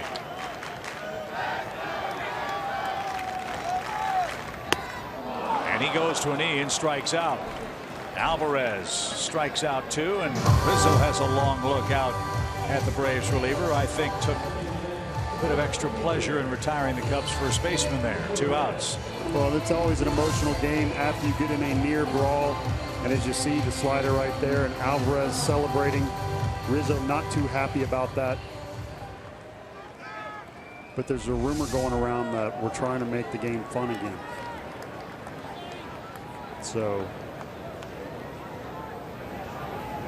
here's Zobrist. Lost in all the hoopla of that crazy 8th inning. Was just a great big league at bat by Zobrist. Yes. He fell behind quickly with 2 strikes to Hunter Cervenka and just poked a ball past Freddie Freeman for a run scoring double. Count.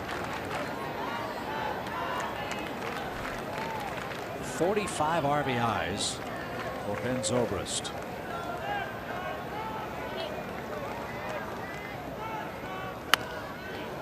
It's bounced into the Cubs dugout.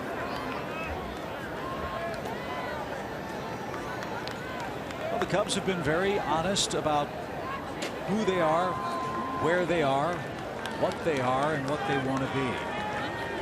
They're not afraid to say, hey, we're good. They believe very much that this team has a chance to get to the World Series. They haven't done it yet. There are a lot of clubs that take a great deal of pleasure in knocking them off.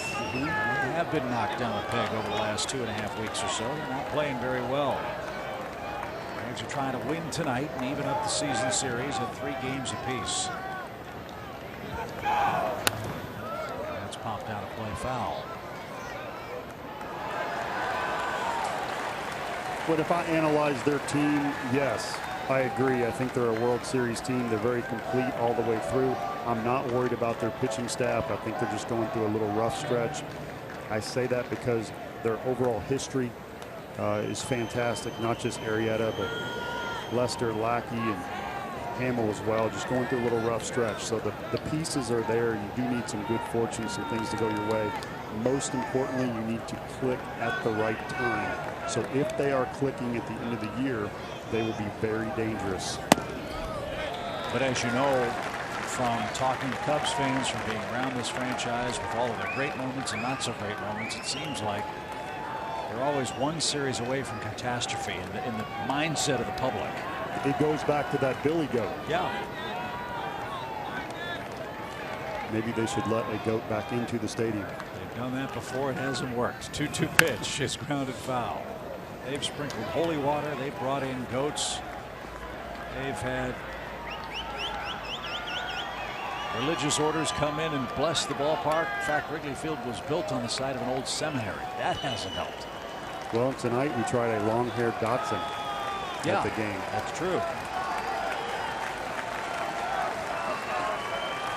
But through it all, they've got some great talent on this club, and they are building a monster here.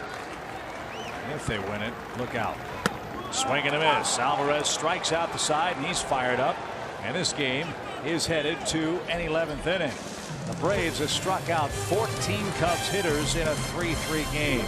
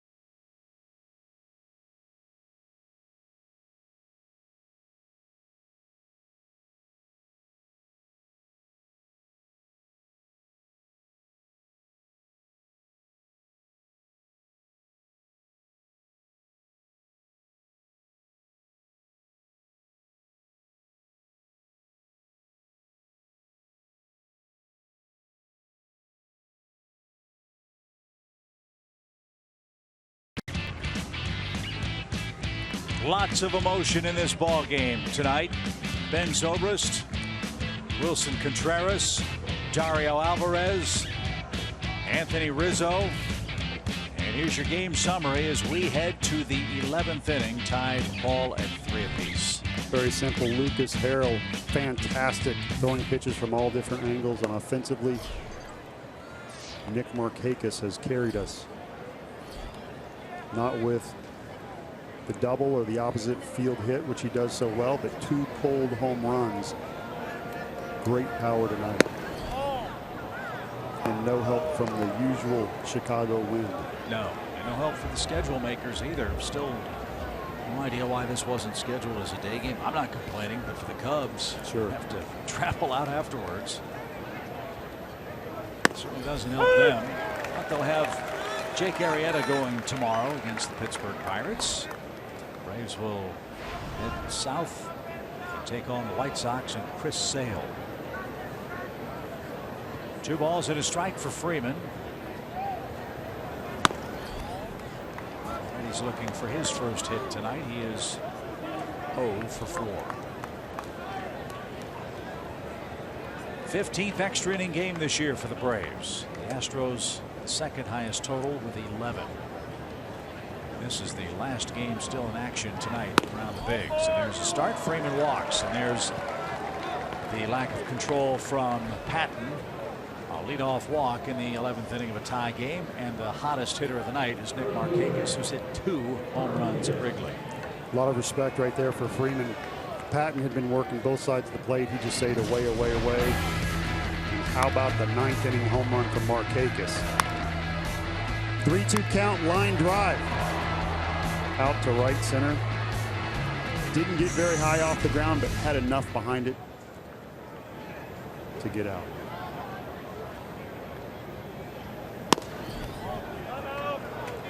Now Contreras wants to talk things over with Patton, who's spraying the ball around here in the 11th inning. You know, there's an old tradition here, Paul, that if this game gets to the 14th, they will do the 7th inning stretch again. I think Bill Madlock has already left. And I know Len Casper and Jim Deshaies, our pals who do the games over on the Cubs sides of things, are probably too tired to do the guest conducting, so maybe you can grab a microphone, or at least let somebody know that you're available to sing "Take Me Out to the Ball Game." Have you heard me sing? Doesn't matter. My signature song from William Joel, "Just the Way You Are." It's my leadoff for karaoke. I like it. My wife makes me go first. When I do, anyone else will sing after me. I'm an icebreaker. Nice. Okay, well, in the 7th inning stretch lexicon, bad is good. Okay. So you don't have to So I'm worry. okay. Yeah, you don't have to worry about any icebreaker. You can't do any worse than Bill Madlock did. Well, I told you earlier, it's hard to be good at a lot of things, like Chris Bryant. So I like music, but unfortunately, Chip, it comes out probably like that goat sitting down there in row 5. No, we're not going there. 2 balls, no strikes. As Markakis ahead in the count, Freeman's at first. I'll prefer to win this one in 11. That one looked low on Fox Tracks. Changes the at bat. 3-0 count to a 2-1 count. Way back when, Lucas Harrell started for the Braves and was brilliant. 1 run in 7 2/3 innings. Bullpen couldn't hold a 2-run lead, but now Markakis, with a 3 RBI night, is up in the 11th inning with a man aboard and nobody out.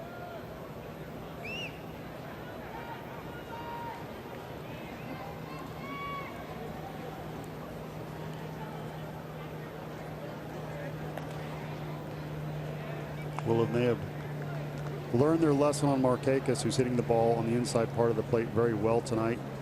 Usually inside out.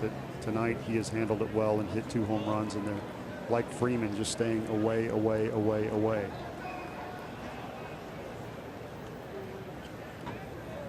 Runner goes, and Nick had a good cut, fouled it back.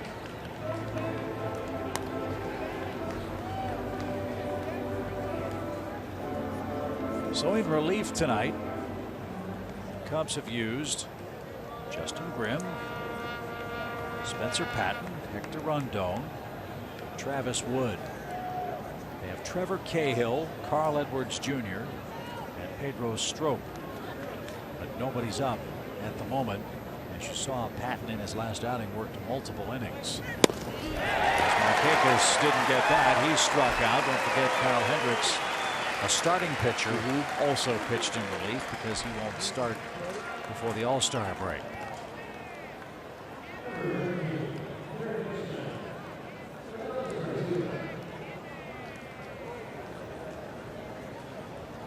Well, I've got to ask, growing up in the 80s, the great Harry Carey with the 7th inning stretch. If Patton keeps pitching well, we will be to the 14th. Got confidence in the Braves bullpen too. Did he start that? How did that begin? That was over at Comiskey Park.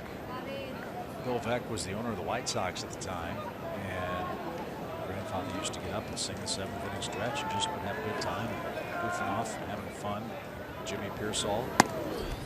And one day, the legend has it that Bill Veeck stuck a microphone in the booth unbeknownst to my grandfather, and Harry was singing along with the stretch, and he turned on the microphone. All of a sudden, Harry heard his voice booming back over the PA system while the 7th inning stretch was going on. Back in those days, after the game, you could go down to the press room and have a cold beer or something like that after the game before you went home.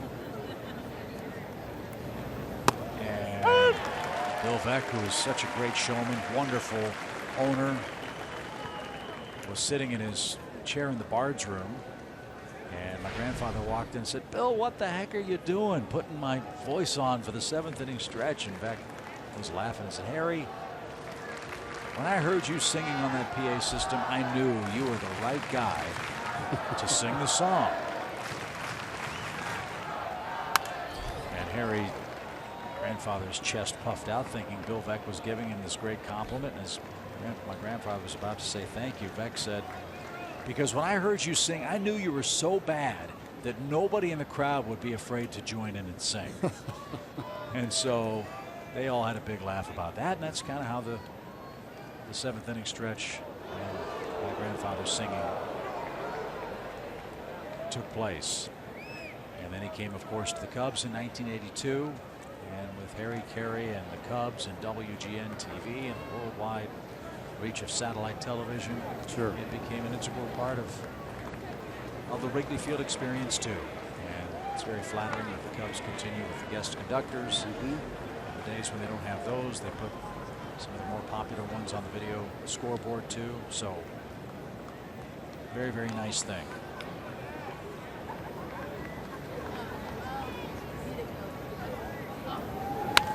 Ripped foul. Garcia, good at bat here. He's getting some good cuts against Patton.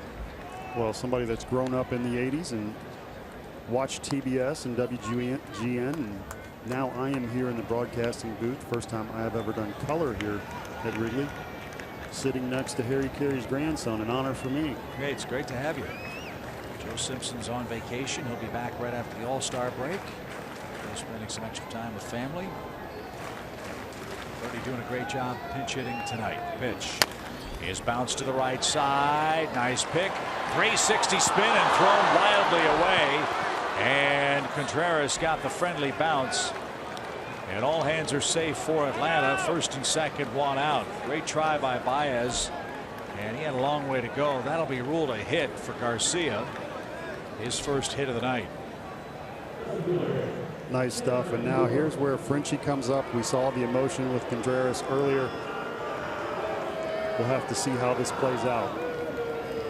Now remember, warnings were issued as Francoeur came up to the plate in the ninth inning.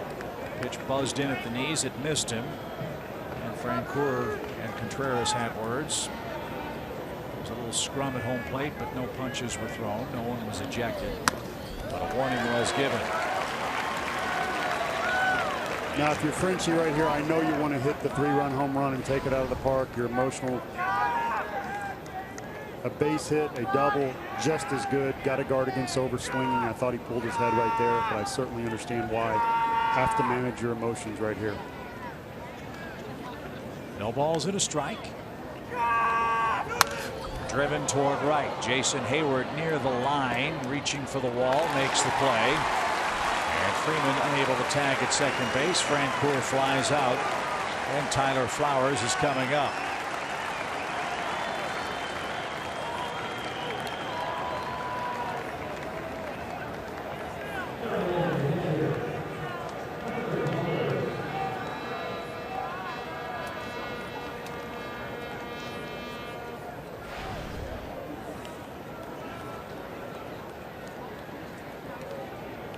Cubs going over Tyler Flowers and how they've attacked him in the game tonight. Tyler's 0 for 4. He has struck out twice.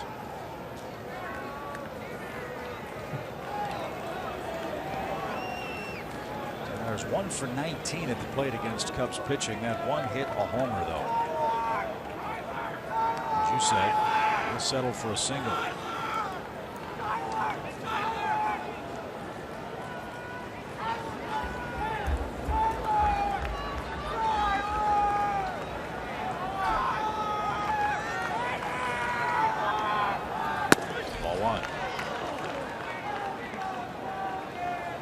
This is Patton's game. There is nobody up in the Cubs pen. Patton with a great arm. He's that last fastball at 94 miles an hour. And what changes has Tyler Flowers made in his swing this year since coming over to Atlanta? We talked about earlier shortening up. So he has spread out a little bit and really concentrated on a short, compact swing. No, he's not hitting 350, but in the backup catching role and limited at bats and splitting some time, he has done a nice job with 6 home runs and hitting in that 250 area, just under at 244.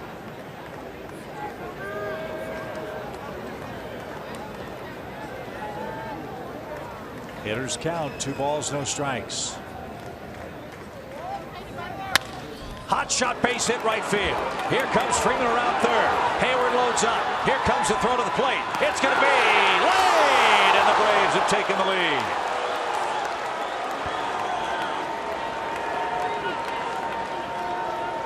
That short stroke earns Flowers a go-ahead hit in the 11th inning, and the Braves do cash in the leadoff walk. It's 4-3. Great piece of hitting. The ball down and away. That's a nice pitch. Shoots it opposite field. Now I want you to watch Rizzo with the jump. Nice decoy, but it doesn't work.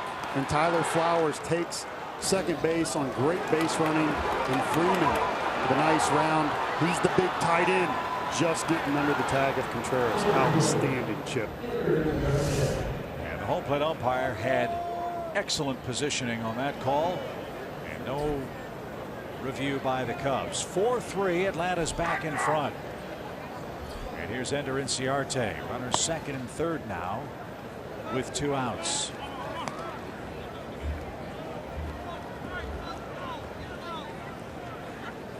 The question for Atlanta is going to be, who closes this game?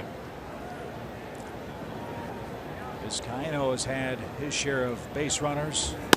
You've got Cabrera down there. Jim Johnson has already been taken down. You've got Dario Alvarez, who just struck out the side in the 10th. We'll have to wait and see. There's nobody throwing, so that leads you to believe it's going to be Alvarez. And I'm not sure why the third baseman is playing in right here on Inciarte. This is not a situation with 2 outs where he'll be bunting. I mean, he could drag bunt for a hit, but it would just be an unusual. And he hits the other way very well, so we'll see if the Inciarte can shoot one past him.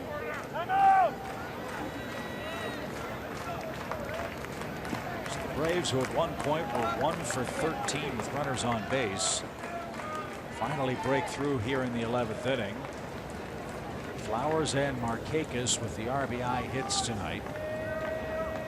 In the 11th, the Braves are in front by a run. The pitch is rolled foul. It's 2-2.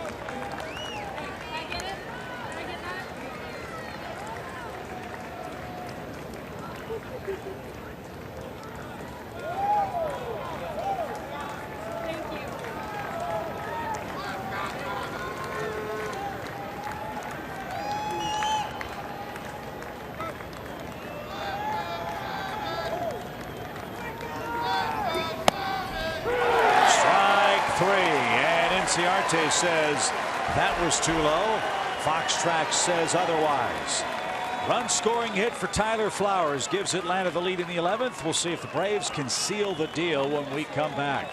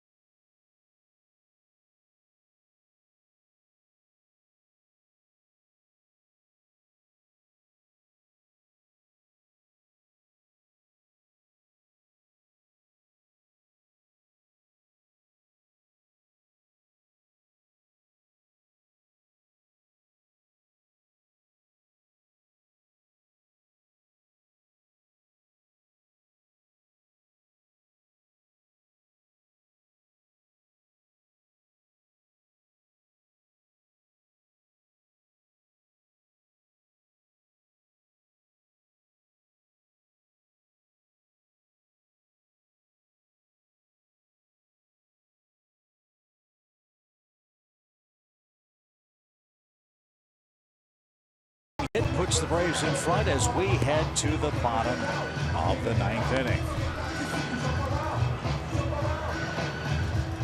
I don't think we're in the 9th. Oh, yeah.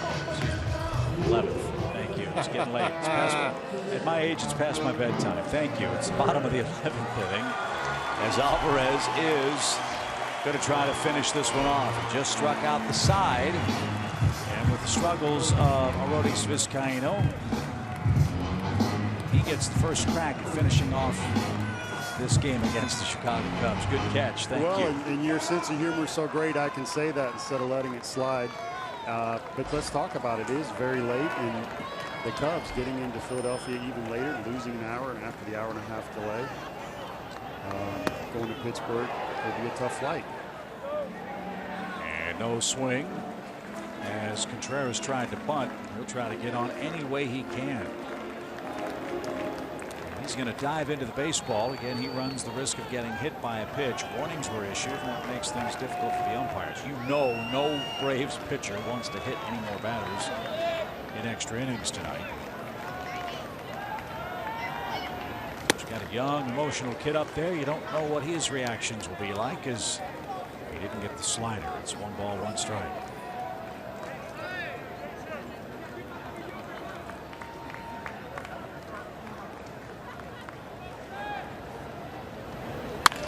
Sharply hit and into center field ahead. Well, it's our first look at Willson Contreras, and I must tell you, he is an impressive looking young player. And he's fired up just like Alvarez was pumped up after striking out Rizzo. So we're not done yet in Chicago. Here's Jason Hayward. The knock on Jason has always been, can he hit left-handed pitching? He's hitting .225 against them this year. He's got a flamethrower facing him now. That's inside. 1 ball, no strikes. They've made major changes in his swing. Joe Maddon saying that he wouldn't do that if he was 33, 34 years old, but he's only 26. That's hard to do in the middle of the year. And you see there the splits against righties and lefties. Watch how his hands are up high now. They will go down back to the position he's used to right there, which makes it tough. So when I see that as a pitcher, it's hard to get the bat going when it's in close to your body. So they move the hands up so we can go straight to the ball. But you'll see he's so used to keeping them in and low that he goes back to that spot that's familiar with him. And he's another guy that doesn't like the ball in. Got one out over the plate. He didn't miss it. First and second for Chicago. And the throw back to second. Contreras dives back, and the Cubs are in business. 2 on, nobody out. 11th inning. And Brian Snitker's going to have to go to his bullpen now, as Contreras and Hayward have singled back to back. That one up and out over the plate, and he's not going to miss that one. He's not, and that's tough right there with Alvarez having that good lefty-lefty matchup. But as you said, the ball up, out over the plate where Hayward likes it. So the Braves will make a double switch. Chase d'Arnaud is going to come on and enter the game in left field for Jeff Francoeur. And Mauricio Cabrera is the man throwing in the bullpen. He's going to come on and try to finish it off. 2 on, nobody out. Hope you're enjoying staying up late with us from Chicago.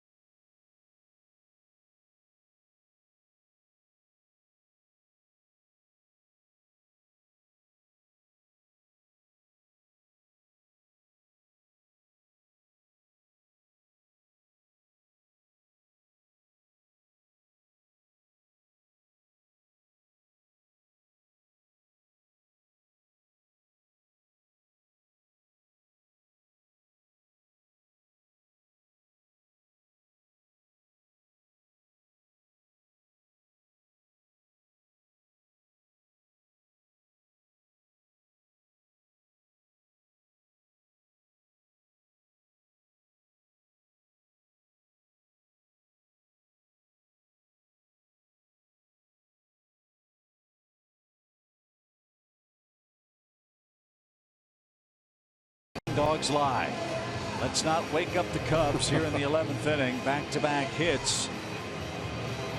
And Mauricio Cabrera will check in, as will Chase d'Arnaud. d'Arnaud is entering the game in left field. As Francoeur left the field of play, Wilson Contreras just glared at him as he jogged to the first base dugout. Cabrera's been very good. Only one strikeout despite possessing, Paul, a fastball that's been clocked at 103 miles an hour. I can't answer that for you, Chip, but I will say this, and another thing I don't understand is the righty-lefty splits and how righties are hitting 375 off him. But he throws nice and easy. It looks like he's throwing a nice, easy bullpen, and the ball just jumps. Well, with all the pitches that Vizcaino threw in Philadelphia, and the fact that he hasn't had a clean inning since June 12th when he faced the Cubs, you can understand why Brian Snitker's giving him a break tonight and seeing if Cabrera can somehow get out of this mess and preserve a one-run lead. He's just getting loose. 101 at the knees, completely overmatched Addison Russell. And the crowd oohing and eyeing as the velocity is shown on the scoreboard here.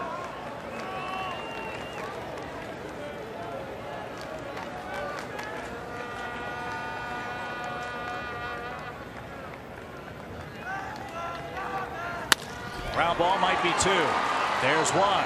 The turn of beauty. It's a double play. Runner at third, 2 outs. Third double play turned in by the Atlanta defense, and the Braves are an out away from beating the Cubs.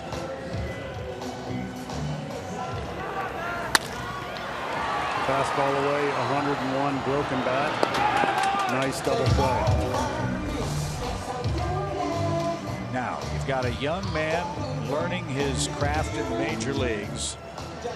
Throws that devastating slider. Tyler Flowers has got to block anything in the dirt here, with Contreras 90 feet away for Chicago. Jeimer Candelario is up for the third time, and he takes a ball. Flowers thought that was good enough. I agree.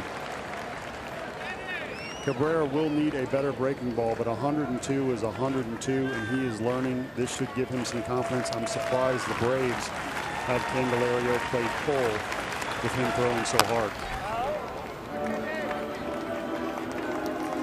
We are 5.5 hours after our scheduled start time in Chicago. You see the infield there shaded for him to pull. That's not allowed when you throw 102, is it? Somewhere there's a computer that says that's how you should play. See if it works. 1 ball, 1 strike. Way high.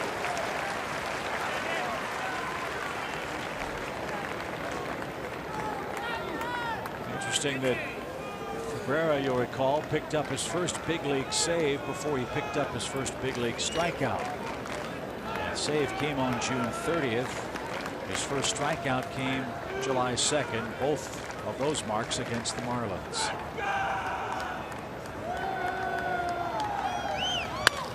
Popped up, straight away center. Enciarte is there. He's got it, and the Braves outlast the Cubs and win in 11 innings by a final score of 4-3. Cabrera picks up the save. A 2-homer night for Nick Markakis. Tyler Flowers with the deciding hit in the 11th inning, and the Cubs' troubles continue, and now a late night for them as they go to Pittsburgh to face the Pirates. We are back to Wrigley. We'll wrap things up for you on a late night in Chicago right after this.